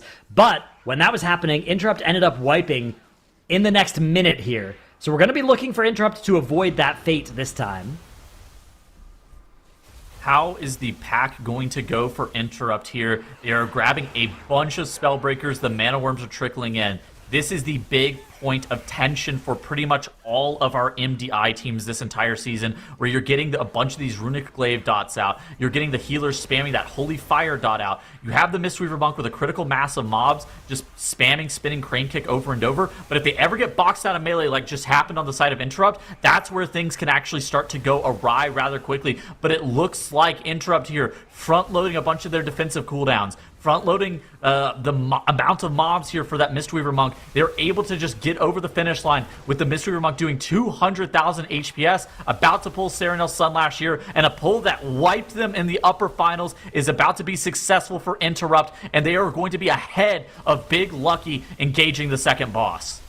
A couple of casters do still need to get Interrupted in, and it looks like Interrupt are able to do just that, live up to their namesake, interrupt that mob, and bring it into the pull. And yeah, Interrupt looking good here, although it is Big Lucky kind of catching back up here, getting into boss combat more quickly than Interrupt were able to do, and now actually able to equalize and potentially retake the lead here. Although it looks like the two teams are on basically exactly equal footing, and in fact, damage now slowing for Big Lucky, while it shows no sign of that for Interrupt. I mean, how do we feel about the single target damage here? I mean, something that you pointed out on Custos was the fact that Interrupt had better single target damage. But was it better single target damage during the damage amp windows, or was it just pure single target damage, like sustained one target damage that they had over them? That's kind of an interesting question that we have to see here, where we see Big Lucky, even though they pulled the boss a little bit ahead, a little bit behind, it looked like they were able to catch up, but now Interrupt is opening up a bit of a lead in terms of boss HP again, going ahead somewhere in the order of about 10% as their cooldowns are coming up for the Shaman. Yeah. Huge damage out of that Enhancement Shaman on single target here. If you look at the overall damage, if you look at the damage meter, it looks like the Shaman is not contributing much, but you got to remember, this damage meter includes quite a lot of AoE from the start of this pull, so it's not just a pure single target damage meter, and I think if we showed that, the Shaman would be looking quite a bit stronger. Also, I think that something is not also shown on the damage meter is the purging, right? Both of these teams had healers come into this pull. If there was ever a healer shield that lasted more than one global, and you say, didn't get that purged off by either the Warlock, the Hunter, or the Priest for Big Lucky, if that lasted too long, that's a huge damage loss. Same thing kind of for Interrupt. The Shaman, the Demon Hunter, I guess the Shaman or the Demon Hunter here had to get those purged almost immediately. So that his globals might be spent on purge, which would have been an insane damage gain, even though it's not going to be reflected on the damage meter. But now Interrupt here, they are able to down the boss about 15% ahead of Big Lucky, but Big Lucky are keeping it quite close. One death here for Interrupt on this next pull could tip the scales into favor of Big Lucky, because Interrupt here, they're going to be running into the Gamillis room. They're going to be pulling two of these massive Voidcaller mobs with the Devouring Tyrant. It's a pull that we've seen every single weekend from our top teams, and the best teams in the world make it look automatic, but it has a lot of volatility with deaths. Yeah, Interrupt, though, they've made it past the part of the dungeon where they hiccuped last time they were in here. So this time around, if they're able to just execute the rest of the dungeon the same way they did last time, they will be able to equalize the series here. It is going to come down to this massive Gemella's pull and the massive pull afterwards, heading up to Degentrius. But we've seen them be able to execute these before. We know they are capable of doing it. Will they be able to do it when the nerves come to their fullest? It looks like we already have a death for Interrupt. Now, luckily, it's the Shaman. The Ankh is available. The Doomwinds and the Ascendants weren't pressed, so it is not the most costly death that we've ever seen. And honestly, the Shaman is somewhat cosmetic on this pull anyways at best. I think that for Big Lucky, though, that almost evens them up. I think that 15 seconds worth of death even though you described them as cosmetic, even though you said that he didn't lose his offensive CDs, you do still lose a little bit of resources. You lose a little bit of tempo, and then you lose that mental edge. Like, it feels just so bad to die on any singular pull. It is just catastrophic for the mental. And I feel like for Big Lucky, now they were a little bit slower coming out of Cyrodiil Sunlash. I would not be shocked if it is dead even whenever you're factoring in that death. Now, something that has to happen is the Void Caller and the Tyrant. Whenever those mobs end up going down for both of these teams, that is the contingency to start the Gamillis encounter. You'll see the jellyfish start to converge on one another and spawn the boss. And so focus fire damage on this pull is a really, really big deal. Yeah, focus fire damage indeed is the name of the game here. Just making sure that the right targets are receiving the lion's share of the globals. That is one of those things where, again, Enhancement Shaman is going to look weak on overall on a big pull like this compared to the powerhouses of the Demon Hunters and the Warlocks, those sorts of specs of the world. But it is often doing a lot of that important damage, as we do have the boss getting pulled here for Interrupt, as they manage to barely land that Interrupt just in time on that Void Terror. And Gemellus, unlucky split here for them. Is going to be hard for them to keep stacked for 3-target cleave for long. I will say, Big Lucky got Gemellus. Is it Gamillis? Gemellus? How do you say that word? I say Gemellus, but I think it's, I don't think there's a pronunciation guide, so you can do whatever you want. Okay, well, the jellyfish, it got pulled within 5 seconds for Big Lucky compared to Interrupt here. So that 15 seconds of death penalty, if it was relevant, if it was relative to when the boss got pulled, Big Lucky would be in the lead. At the same time, Interrupt on their multi-target cleave here has actually accelerated on the boss on the triplicate. Yeah, wow, this is looking so good for Interrupt with that cleave that they've been able to leverage. Even if they weren't all perfectly stacked up the entire time, Interrupt have been doing great damage nonetheless. These jellyfish just look perfectly stacked for Interrupt there for what had to be 20 seconds. That had to feel really good for their multi-target cleave from the things like the Enhancement Shaman and the Devour Demon Hunter that are able to actually make good use of that cleave. Yeah, looking really solid here are Interrupt, and you can see just from that boss HP difference between the teams, Interrupt have gained nearly 20% from when this boss was pulled, the differential that we had there. They are just absolutely melting this thing. Those 15 seconds of death timer are now absolutely back to even between the two teams, and Interrupt threatening to continue accelerating here. They are going to get this boss killed off while it still has 21% health for Big Lucky. And again, remember, these are substantial underdogs in this series, right? Interrupt are coming in here as a much lower seeded team compared to Big Lucky when we would compare them against, say, Western teams. They are the second seed in this group, but they would be something like a 6th seed, a 7th seed over in the West. So comparing that to Big Lucky, who would be a 1st or a 2nd seed, right? This is something where Interrupt are doing so well to be in the lead at this point, especially given that they're the team with the death on the board. Interrupt are 12 seconds ahead, killing that third boss whenever you account for the death timer. You see the 11:22 Giga Green split, minus 2 minutes 51 seconds for Interrupt, and on the left side you see that 11:34, so 12 seconds are in favor for Interrupt, even accounting for that death. But Big Lucky will not be denied. They are running all the way to the top of the spire here in the Magister's Terrace. Interrupt already having the pack gathered with that Void Caller, with that Devouring Tyrant, and Interrupt actually needs a different configuration of the mobs here. This is maybe a little bit of a quicker pull for Big Lucky to be able to get dispatched, as it's not going to take as long to get it gathered.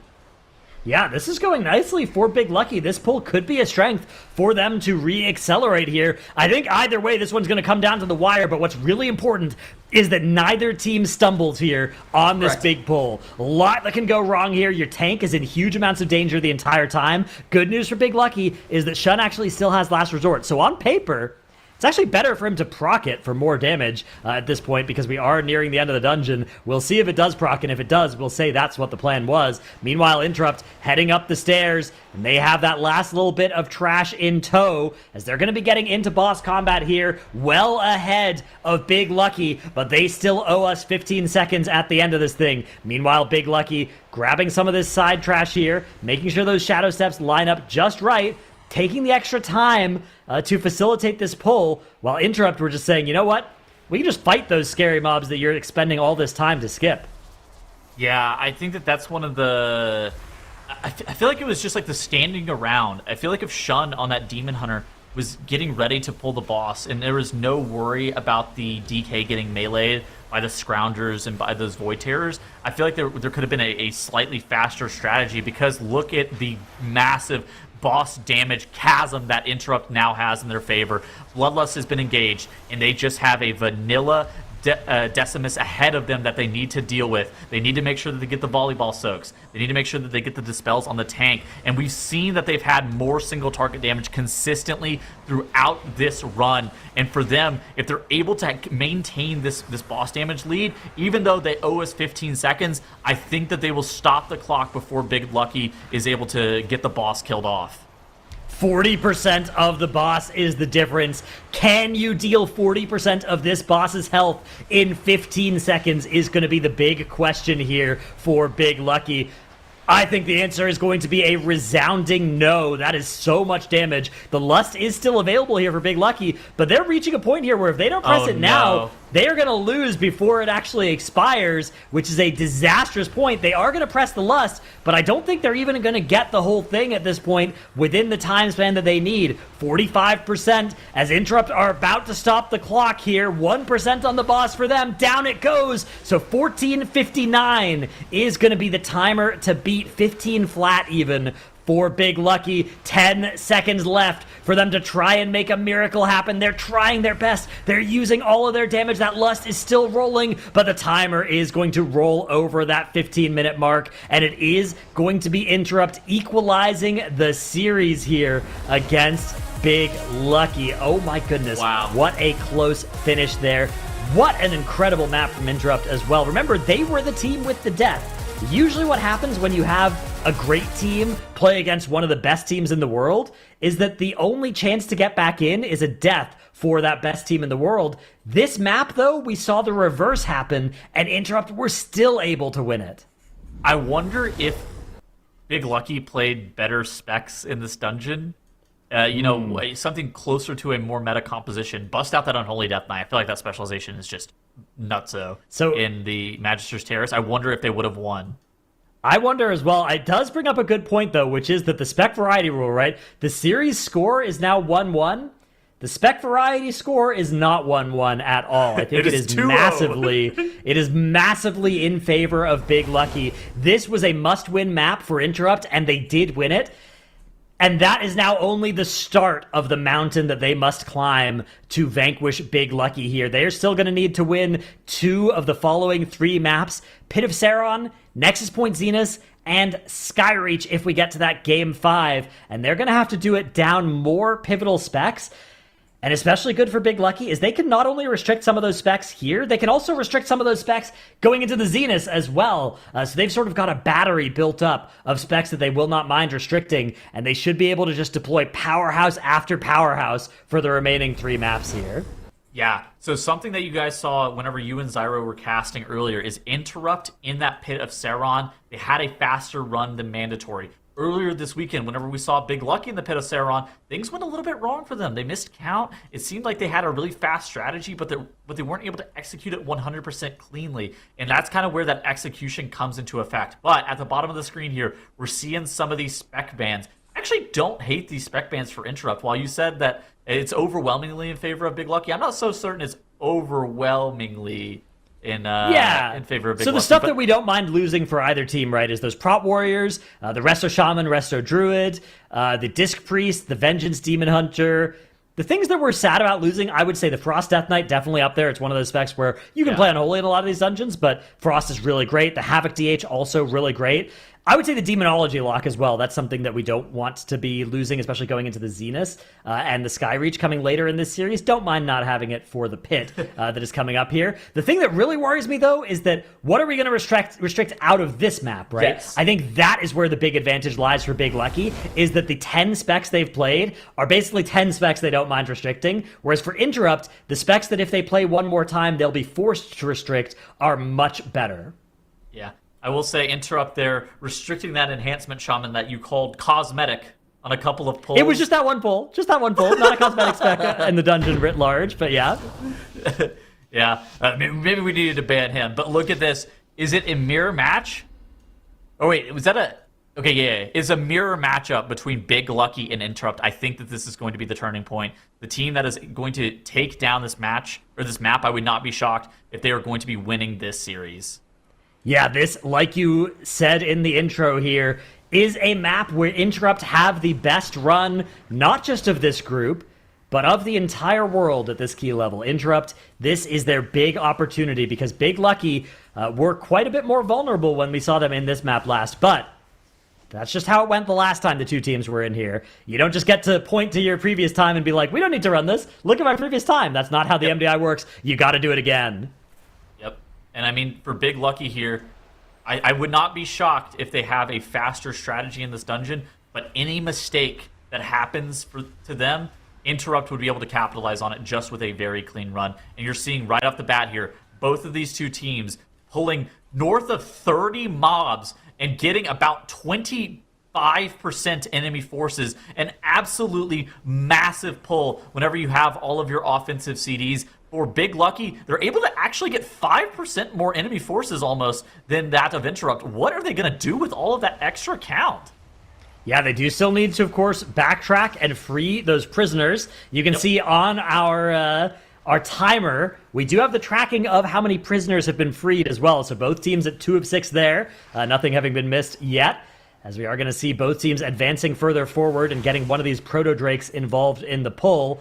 But yeah, I'm curious how this count is going to be reflected at the end of the dungeon, what Big Lucky are going to be allowed to skip, or maybe they'll just be able to do a couple more bigger pulls and then skip an entire pull.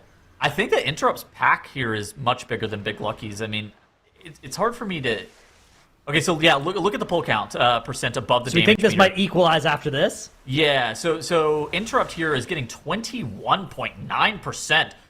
Nearly 40, a bit north of 40% after 2 trash pulls, where Big Lucky here only getting 13%. They're going to be around the 40.5% marker, and I think Interrupt are going to be like, what, 46%? Something like that?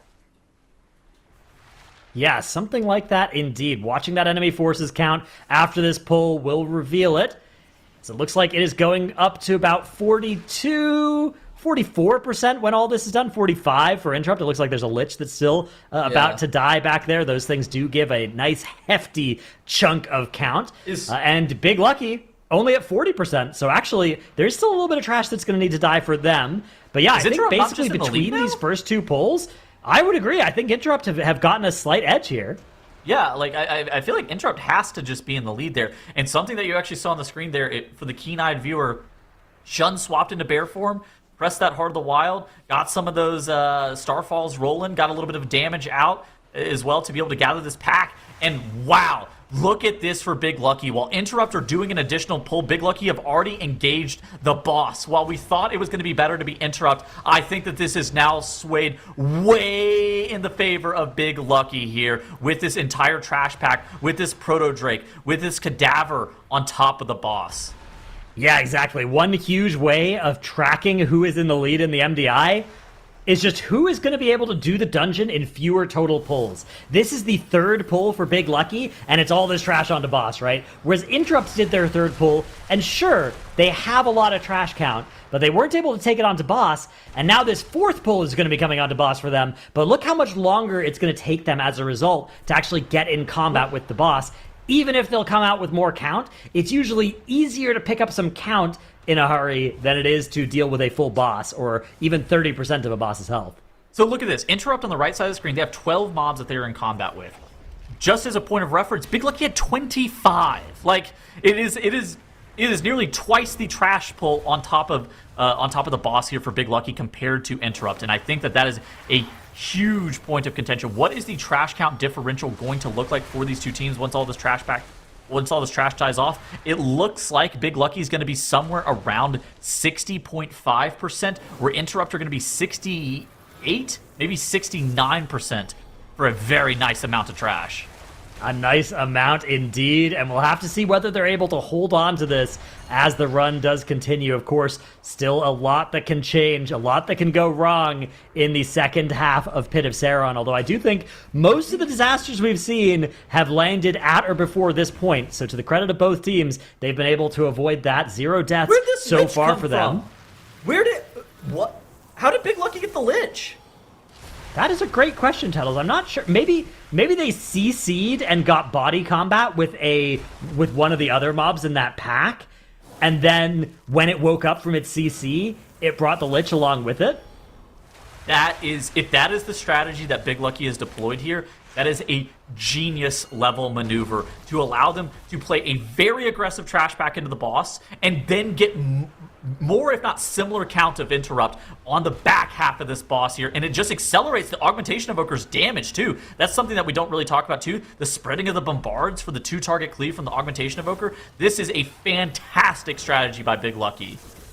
Yeah, Forge Master about to go down here for Big Lucky, and looking at that count as well, they are going to be very, very close, although not quite equalized to interrupt on that front. 27% boss HP, plays 5% enemy forces count is the differential between the two teams right now. I think I'd rather have the boss HP, but I will admit, Tuttles, it is very close.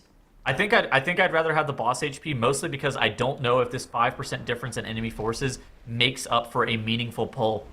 It's really going to come down to execution here at the very end. I think Big Lucky have something in the order of about a 20-second time lead, maybe a little bit more. Actually, it's going to be 30 seconds as well as this boss does go down for interrupt. But Big Lucky, look at this. They're rearing and they're gearing up to pull the boss. Ick Crick is about to get engaged with a massive amount of trash on top of it. Yeah. There we go. The boss in combat now for Big Lucky. Meanwhile, Interrupt getting ready as well. And we know that they also take this onto the boss. They're going to throw that in cap on the Cold Mage over there, the Cold Wraith. Take the rest of this forward. A little bit of a grip comes out as well from the Death Knight, just bringing it closer so that when it does break out of that CC, it will be nice and close by already. And the boss getting pulled now by Interrupt. It's only 17% boss HP now separating these teams, so Interrupt doing a good job of getting in combat here quickly. I just looked at chat. Apparently somebody said that the healer teleported outside and then Wurnstoned back in to grab that Lich. So, like, he set up the Transcendence, tagged it, then Wurnstoned back. That makes sense as to how it was gathered. If that is true, that is a genius-level maneuver by Big Lucky. Not something that we've commonly seen. We've actually seen a lot of the Transcendence to target be very common for skips and, you know, meld strats and kind of that kind of thing this season, especially in like Skyreach and those kind of dungeons. If that is the strategy that Big Lucky deployed, they are really starting to reinvent the playbook for how this dungeon is ran. Yeah, absolutely. This is looking great for Big Lucky. The strategy and the execution both. Love that idea of transcending out and then Wurnstoning back in. Especially, it makes sense because when it happened, it was already like 2 minutes into the boss fight. And typically, if anything involves a CC breaking, you're going to see that coming in at around that 1 minute 10 mark at the latest on the boss fight. So yeah, that makes more sense than my hypothesis for sure. And Big Lucky now at 25% on the boss, just a sliver of health left to do through. Yeah, it's the second wave of Shades of Crick. This makes sense. And they are just all inning the boss. How much time do they have until those ads just explode on them? I can't exactly see the nameplates to see how. 10 seconds here is the timer to beat. Although maybe it's 15 seconds. We do have that boss timer over towards the center of the screen there. We're not able to see which of those abilities is actually going to be the vital one, though. I think it actually was the full 15 seconds that they still had at that point. So Big Lucky getting that boss taken care of, and oh my goodness, Tuttles, Ick and Crick and Forge Master Garfrost and 80% count all done, sub 830 in the Pit of Sauron, as they're now going to be charging up to the end of the dungeon. There is that rescue bringing forward that 3-seater mount, the Wurnstone bringing the 5th and final player of the team up along with them. And here goes Big Lucky, the final trash pull of the dungeon. Are Big Lucky just all greens all weekend? I mean, what is going on? Look at this, a minus 130 split. Even if you look on the right side, which has a 13-17 run as its best recorded time, Big Lucky would have still been faster on that 830, on that 824 split for Ick and Crick. Wow. Wow, indeed. This is a run for the ages that is underway for Big Lucky as they saw Interrupt one-up the rest of the world in the Pit of Sauron just a short hour ago. And Big Lucky are saying, you know what? You guys got to hold that record. for our region, which is nice. We're going to take it for our region and our team now. And if they're able to do this faster than Interrupt were before, that is going to be so impressive, as Interrupt hot on their heels here, starting the gather of this pull as well. Really impressive by Interrupt as well. The speed that they're able to execute that rescue Wernstone combo was so quick this time around. Yeah, that was fast. On the left side of the screen, though, something that went a little bit unnoticed is Glacieth. Big Lucky 5-man baited the shield away. The shield started on Glacieth, and then they moved through the boss, pressing, and then allowed them to have 100% damage uptime on the 100% crit amp on Glacieth, taking down that mob in like 45 seconds. That was insane by Big Lucky to get that killed off. But there is still a Graveblade alive, chasing down Shun. But he doesn't care. He's not face tanking that Graveblade. He knows that his team's going to be able to kill it off before he ends up needing to tank it, before it would end up reaching him. And so he's already setting up the final trash pull of the dungeon. He's pressing the Wernstone. He's getting the Graveblades to run up the mountain. And the final boss has been engaged by Big Lucky here. Yeah, one mob already here. The others still running up the side of the mountain. As you can see, a couple of these puddles beautifully targeted, and we'll see Big Lucky probably moving towards the middle of the room here on this next one if they can. Looks like they are indeed able to do that, and managing this space nicely. And yeah, Interrupt are really close behind here. Interrupt going to be able to get to full count as well. They're not going to need to bother with that Wernstone pull. But I don't think it's going to be enough for them still, because Big Lucky are just on another level with speed here. We talked about how they had a little bit worse single target damage in the Magister's Terrace, but now it seems like the composition that Big Lucky is on is one that is incredibly quick here. They're playing that full meta composition. They're at 60% HP on the final boss. It looks like they had a 13-17 at some point during practice if we're looking at the right side timers, but I think that they're going to be a full green on that, maybe even able to put down a 13-minute run. Yeah, a couple of pings coming out as we can see Shun indicating the direction that this boss is going to move during that bombardment of frost from the Frostworm above. 38% on the boss. Interrupts in combat as well. That Lust is rolling. They are going to be able to close this gap a little bit here. It's now a third of a boss that separates the two teams as Interrupt closing in on a great finish in this map. This might even be a faster run than the last time they were in here. I think they are going to be surprised, Tettles, to learn that they have lost this one, as Big Lucky are just putting up a run faster than ever in this map. We talked about this being the pivotal run of this series. If Interrupt were able to have a clean and consistent run, we didn't know what Big Lucky's fastest time was going to be in here, but if Interrupt wanted to take the series, they were going to need to take the Pit of Sauron. Big Lucky said, watch this, though, as they are going to be putting up a sub-13-minute Pit of Sauron, a 12:51 on the 17, the highest keystone level of the weekend, and the fastest run in the world has been claimed by our top Chinese representative. Wow, that moves us to the series still not being over, though. This one is not a best of 3. It is a best of 5, Tettles, and I believe this is now uncharted territory, the 9 restricted specs section of the tournament, because we've had best of 5s before, and I believe they all ended 3-0. This one, though, is not doing that. It is now a 2-1 advantage for Big Lucky, but we are entering deep spec variety rule. 9 total specs going to have to be restricted, and we move towards a Nexus Point Zenith as well. So Nexus Point has a couple of really interesting advantages. First and foremost, Big Lucky, we talked about it going into the Pit of Sauron. They had a pretty severe spec variety rule advantage going into these final 2 maps. That's point 1. Point 2 is that Nexus Point specifically wants kind of weird compositions. Things like you basically pick 2 of the Elemental Shaman, the Frost Death Knight, and the Augmentation Evoker. For Big Lucky, they have the Frost Death Knight banned. I would not be shocked if they run back that lifestyle that they were on in that earlier Nexus Point Zenith with that Augmentation Evoker and the Elemental Shaman. Their route in here was pretty unique. It was really cool. I would not be shocked here if Big Lucky is able to take this down 3-1 with what we have seen out of them thus far from Nexus Point Zenith. All right, let's see those restricted specs for both of our teams, see which ones that they are going to have to play without for not just this map, but for the rest of the series. Yeah, look at this for Big Lucky. Again, look at the specs they get to restrict. It's not any of the ones they played in that last map. It's just 3 more from before. It does include that Demonology Warlock, which is quite a good one in this map, though.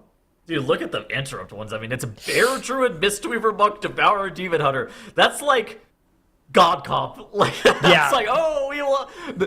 What specs do you really want to play around in these dungeons? Oh, yeah, it's Devourer, Demon Hunter, Bear, Mistweaver Monk. You're like, oh, no, they're all banned. Yeah, whereas Big Lucky still has access to all 3 of those specs. That is going to be a huge deal here. The saving grace for interrupt, we've still got Og. You know, Og's a great spec. We can play that. We've still got Unholy, another really great spec. We can play that. The other 3 are going to be big question marks. In this dungeon, the Elemental Shaman works great, so we could be playing one of those. But what tank and healer are we going to bring to try and stand up against Big Lucky, who will almost certainly be on Bear Mistweaver in here? That is the big question for Interrupt. Hopefully they have something cooking, something up their sleeve here to try and bring this to a game 5.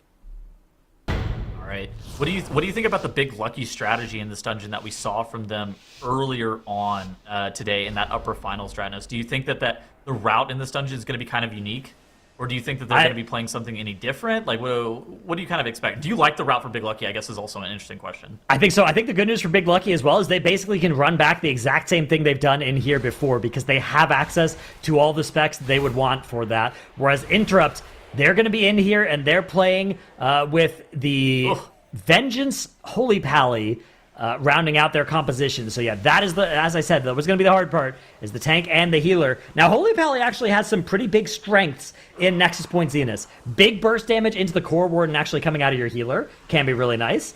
And also, Freedom in this section of the dungeon does remove the nasty circle debuffs that go on players, so that can be pretty powerful too.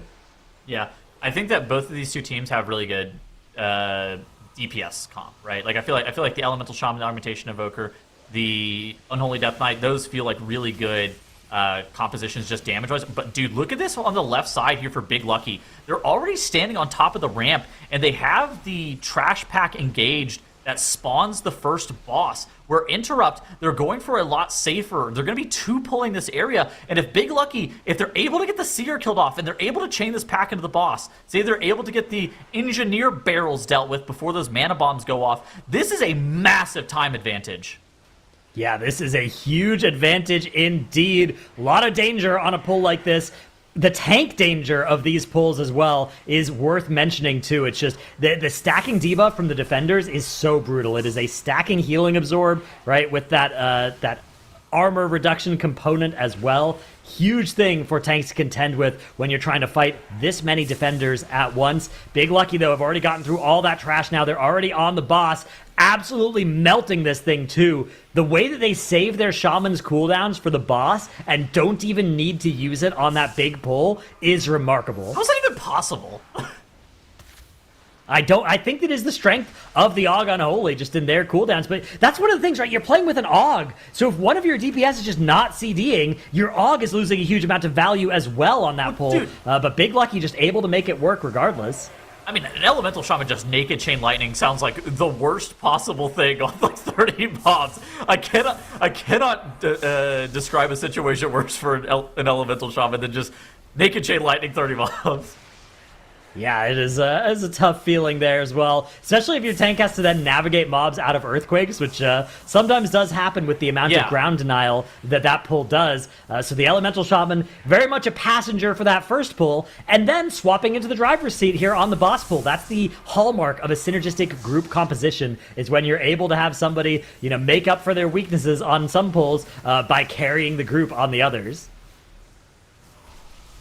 I think that's something that's also kind of interesting about the way that Big Lucky designs their strategies is you tend to want to press all of your offensive CDs at the exact same time, but I think that they're utilizing actually the Bear Druid damage. I think that that's one of the big, levers that they're valuing super high in terms of being able to get that pack killed off. But also something that's really unique about this composition, if the tank is able to ever stay stationary for an extended period of time with the Dark Transformation plus Army combo and the Earthquakes that you called out, that there is a lot of targeted ground cleave that is required by the tank to stand in, and that can be 15, 20 seconds worth of difference here from teams that kite out of it versus teams that stand inside of it. Yeah, absolutely. Unholy DKs are playing with Death and Decay once again this season as well. This patch, I should say, because they didn't need to back in 12.0, but now in M+, they are once again needing to put down that Death and Decay. So absolutely something to look out for when you are tanking this season, is trying to manage those ground effects. But we are going to see Big Lucky grabbing this pack from the middle and then heading down the right-hand side. Still 20% of the boss to get through for Interrupt over on the right-hand side. Again, their route is not bad. Things are looking good for them. They are just on a different level than Big Lucky right now, though, unfortunately. I mean, this is the type of pull that we see out of the top teams in the world for Big Lucky. I feel like the way that they're routing around this Nexus Point Zenith is in a way that we actually don't see from other top competitors here. I feel like getting that first boss engaged Kazareth as quickly as they did was pretty tough. But look at Shun here. He dropped to 15% HP. A lot of tanks there would panic and start kiting the trash pack, but Shun knows that to be able to get the trash pack killed off, he has to stand in the Death and Decay. He has to stand inside of those earthquakes. Otherwise, the pack is just going to get dragged out of all of that ground effect damage and never die off. And for Big Lucky, Shun, his Incarn, even the Life Cocoon goes out on him on the tank as well, and he's able to be able to get the trash gathered, stacked, and killed off really quickly. Yeah, wow, this is going so perfectly here. Textbook execution of these massive pulls. Actually, for both teams, Interrupt gathering this massive pull as well. And is there a lingering image involved smaller for Interrupt? I don't think the lingering image is coming in here, so it's slightly less ambitious than Big Lucky, but it is certainly still a pull here for Interrupt. I think this is where Interrupt actually saves a pull in the dungeon over... Or Big Lucky saves a pull in the dungeon over Interrupt. So Interrupt, they did 2 pulls on the left side. They ended up grabbing a bunch of Seers and a bunch of the trash, and they ended up bloodlusting it. For Big Lucky, you saw that they were like 8% or something like that behind Interrupt coming out of the first boss, and it was a question of like, oh, where are they going to make up that trash? A lot of teams actually don't elect to pull any of those lingering images that spawn in that first room, instead skipping both of them because they're not very efficient. But Big Lucky have determined that that's actually a point in which they can save a trash pull overall in this dungeon, is by pulling that lingering image into this first pull on the Core Warden Nasira side. And while it is a very dangerous pull, you don't have any free mobs in that trash pack, and the lingering image putting the blistering smite dot onto people is really dangerous. But that's how Big Lucky's saving a pull, and that's why they're looking just so good. Yeah, this is looking incredible for Big Lucky, and the big question mark is in the future here. It is that boss burn. Will they be able to replicate their success and take that boss from 50 to 0 inside one Lightscar Flare is the big question. With how they've been playing this series so far outside of that Magister's Terrace, I think the answer I would be trending towards is yes, but this could be a big opportunity for Interrupt to get back into things as well. They're in the same area here. They're about a pull behind in this trash gauntlet, but certainly still keeping it close as well, keeping it 0 deaths, keeping it clean, but that might not be enough to challenge the likes of Big Lucky. You might need more than a clean 0 death run. It can take you a long way in the MDI, but it can't win you these weekends. You need some spark of excellence, and right now it appears that Big Lucky is the team that has that. Yeah. I mean, look at this for the Augmentation Evoker. He's actually sending his Breath of Eons and his cooldowns at the very end of this trash pack as it's spawning. And the reason that you're going to be seeing him doing this is because they have these scroungers available for him to continue to build resources on. So he's going to be able to get his Apex talent into the boss on pull and during that damage amp. So he's going to have 2 charges of that duplicate just with how Big Lucky's been pulling around this room. I feel like this is a really well-timed and interesting setup by the likes of Big Lucky. It's actually something that we kind of see on live occasionally from some of the top teams. We've seen Andy Brew and their group running something similar whenever they're trying to figure out how to pace around this dungeon, just utilizing those scroungers as a battery for the Augmentation Evoker, while the other groups, while the other party members are holding CDs because they have to make it line up with that first Lightscar Flare dot. And look on the left side here as we reach the 40-second mark, we're going to get that first Light Scar Flare, 200% damage amp coming out for Big Lucky. The difference between a 1-phase and a 2-phase is about 45 seconds. So if Big Lucky, on the highest Keystone level we had this weekend in 17, is able to 1-phase the boss, that will be a massive 45-second save, and I wouldn't say it would solidify their win, but it would be nearly close. It would be almost insurmountable, and here comes all of the offensive CDs for Big Lucky. You got the Army Pressed, you had the perfectly timed Breath of Eons, you got the Ascendants plus Stormkeeper, and the Shaman is doing 850,000 DPS, and the boss dies inside of the burn for Big Lucky here, and they are moving into the last section of trash before Interrupt even get the boss pulled. Wow, this is absolutely incredible out of Big Lucky here. They're going to be taking that gateway back to the start of the dungeon, and their times are looking immaculate here, although somehow they have some red splits here, so somehow they've been faster in this dungeon before. This run has looked perfect out of them, but even still, it is so close for Interrupt. They are in combat with that boss as well. Let's see if they're going to be able to make the 1-phase happen too, because if they can make it a 1-phase, then they're still in this thing. They will still have a chance at the end of the dungeon to try and equalize here, but Big Lucky gonna be starting to head down this bridge. The fate is certainly in their own hands here. If they are perfect from here, then no matter what happens for Interrupt, it's not gonna be enough. Yeah, I actually think that this is still a really technical pull by Big Lucky. How many... What is this? Is this 5? Yeah, it's 4 lingering images, 2 of which spawned down here and 2 from the top. And I believe it is 2 of the Light Rock casters, which is pretty scary. Meanwhile, Interrupt, look at that, Tettles, 11% still to get through after the burn. That is a more normal result for most teams. Getting this thing done in 1 burn is so difficult. Interrupt, a valiant effort, but not going to be able to make that happen. And that's going to mean they're going to spend so long fighting the final few percent of this boss here. I'm bewildered at Big Lucky's ability to be able to down this trash pull without wiping. That's actually so many dots going out onto players. I understand that there's a lot of trash mobs here that you can just mash Spitting Crane Kick over and over again if you're Loda, but that is an insane amount of incoming damage from the dots from both the Light Rot mobs and from those lingering images. That is a tough pull that Big Lucky just executed and made it look super clean. Now Lithraxian, they basically are waiting 0 seconds. Lithraxian, the moment that he's available to be pulled, he does get engaged by Big Lucky, and Interrupt aren't even into the final section of trash, and Big Lucky's already 80% on the boss going into the first Guile.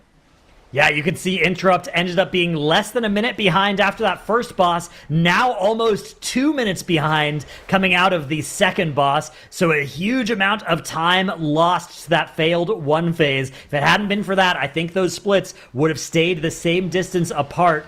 But yeah, Big Lucky entering this first Divine Guile cast here at around 70% on the boss. They do still need to gather a little bit of count, but luckily, there's been helpfully provided a bunch of count that spawns on this platform that they will now be bringing the boss over to. Lust. Dude. This is going to be a big damage opportunity for Big Lucky. How low can they take this before that next Divine Guile in about 40 seconds here?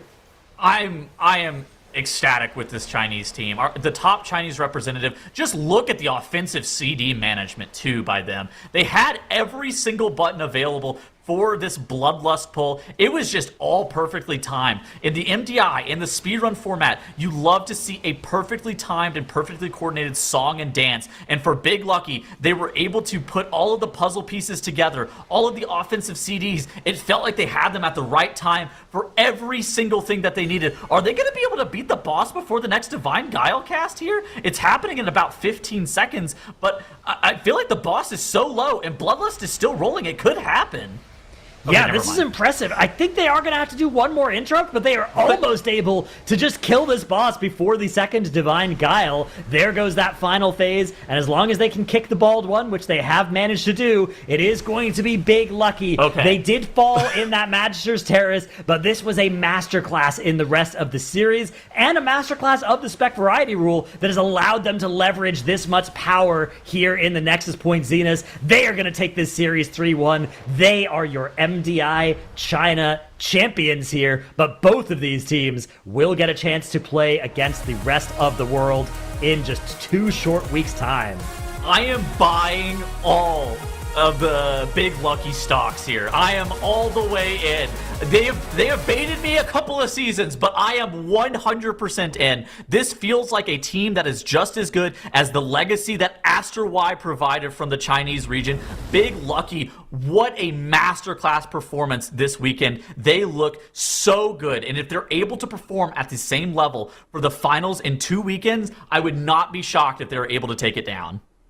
That's right. The MDI season finals is now the next thing that we are looking towards, and these two teams will both be there. The teams, the path that they carved through this bracket has been difficult as well. Interrupt running against Silly Guy, the third-seeded team, able to 2-0 them in a match that was much closer than that 2-0 will have you believe, and then falling against Big Lucky, but picking themselves back up and making it to the upper finals, only to fall to Big Lucky once more. Will Interrupt be able to get their revenge and be able to prove themselves in 2 weeks' time when they make it to the season finals, though, as there are BlizzCon tickets on the line. The big goal is in sight. Here are your 8 qualified teams for the season finals, of which 4 will make it to BlizzCon. We have Mandatory and Sense Spellbook out of Group A, Triple Threat and Auntie's Angels out of Group B, Dignitas and Liquid out of Group C,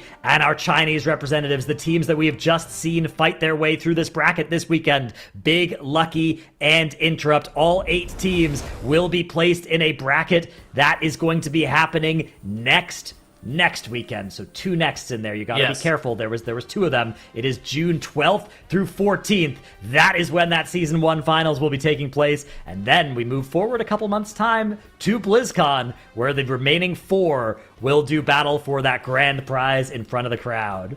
Yeah, I think it's one of those things that is the big goal of these Chinese representatives, is to make it to that BlizzCon stage and do China proud. They have 12 days from now to start practice. I believe that they get their maps and the dungeon levels on Tuesday. So the ability to be able to put in a bunch of time, a bunch of practice on that 10-day window is going to be pivotal to see what the teams are able to perform on the Season 1 finals, like you were saying, Dratnos.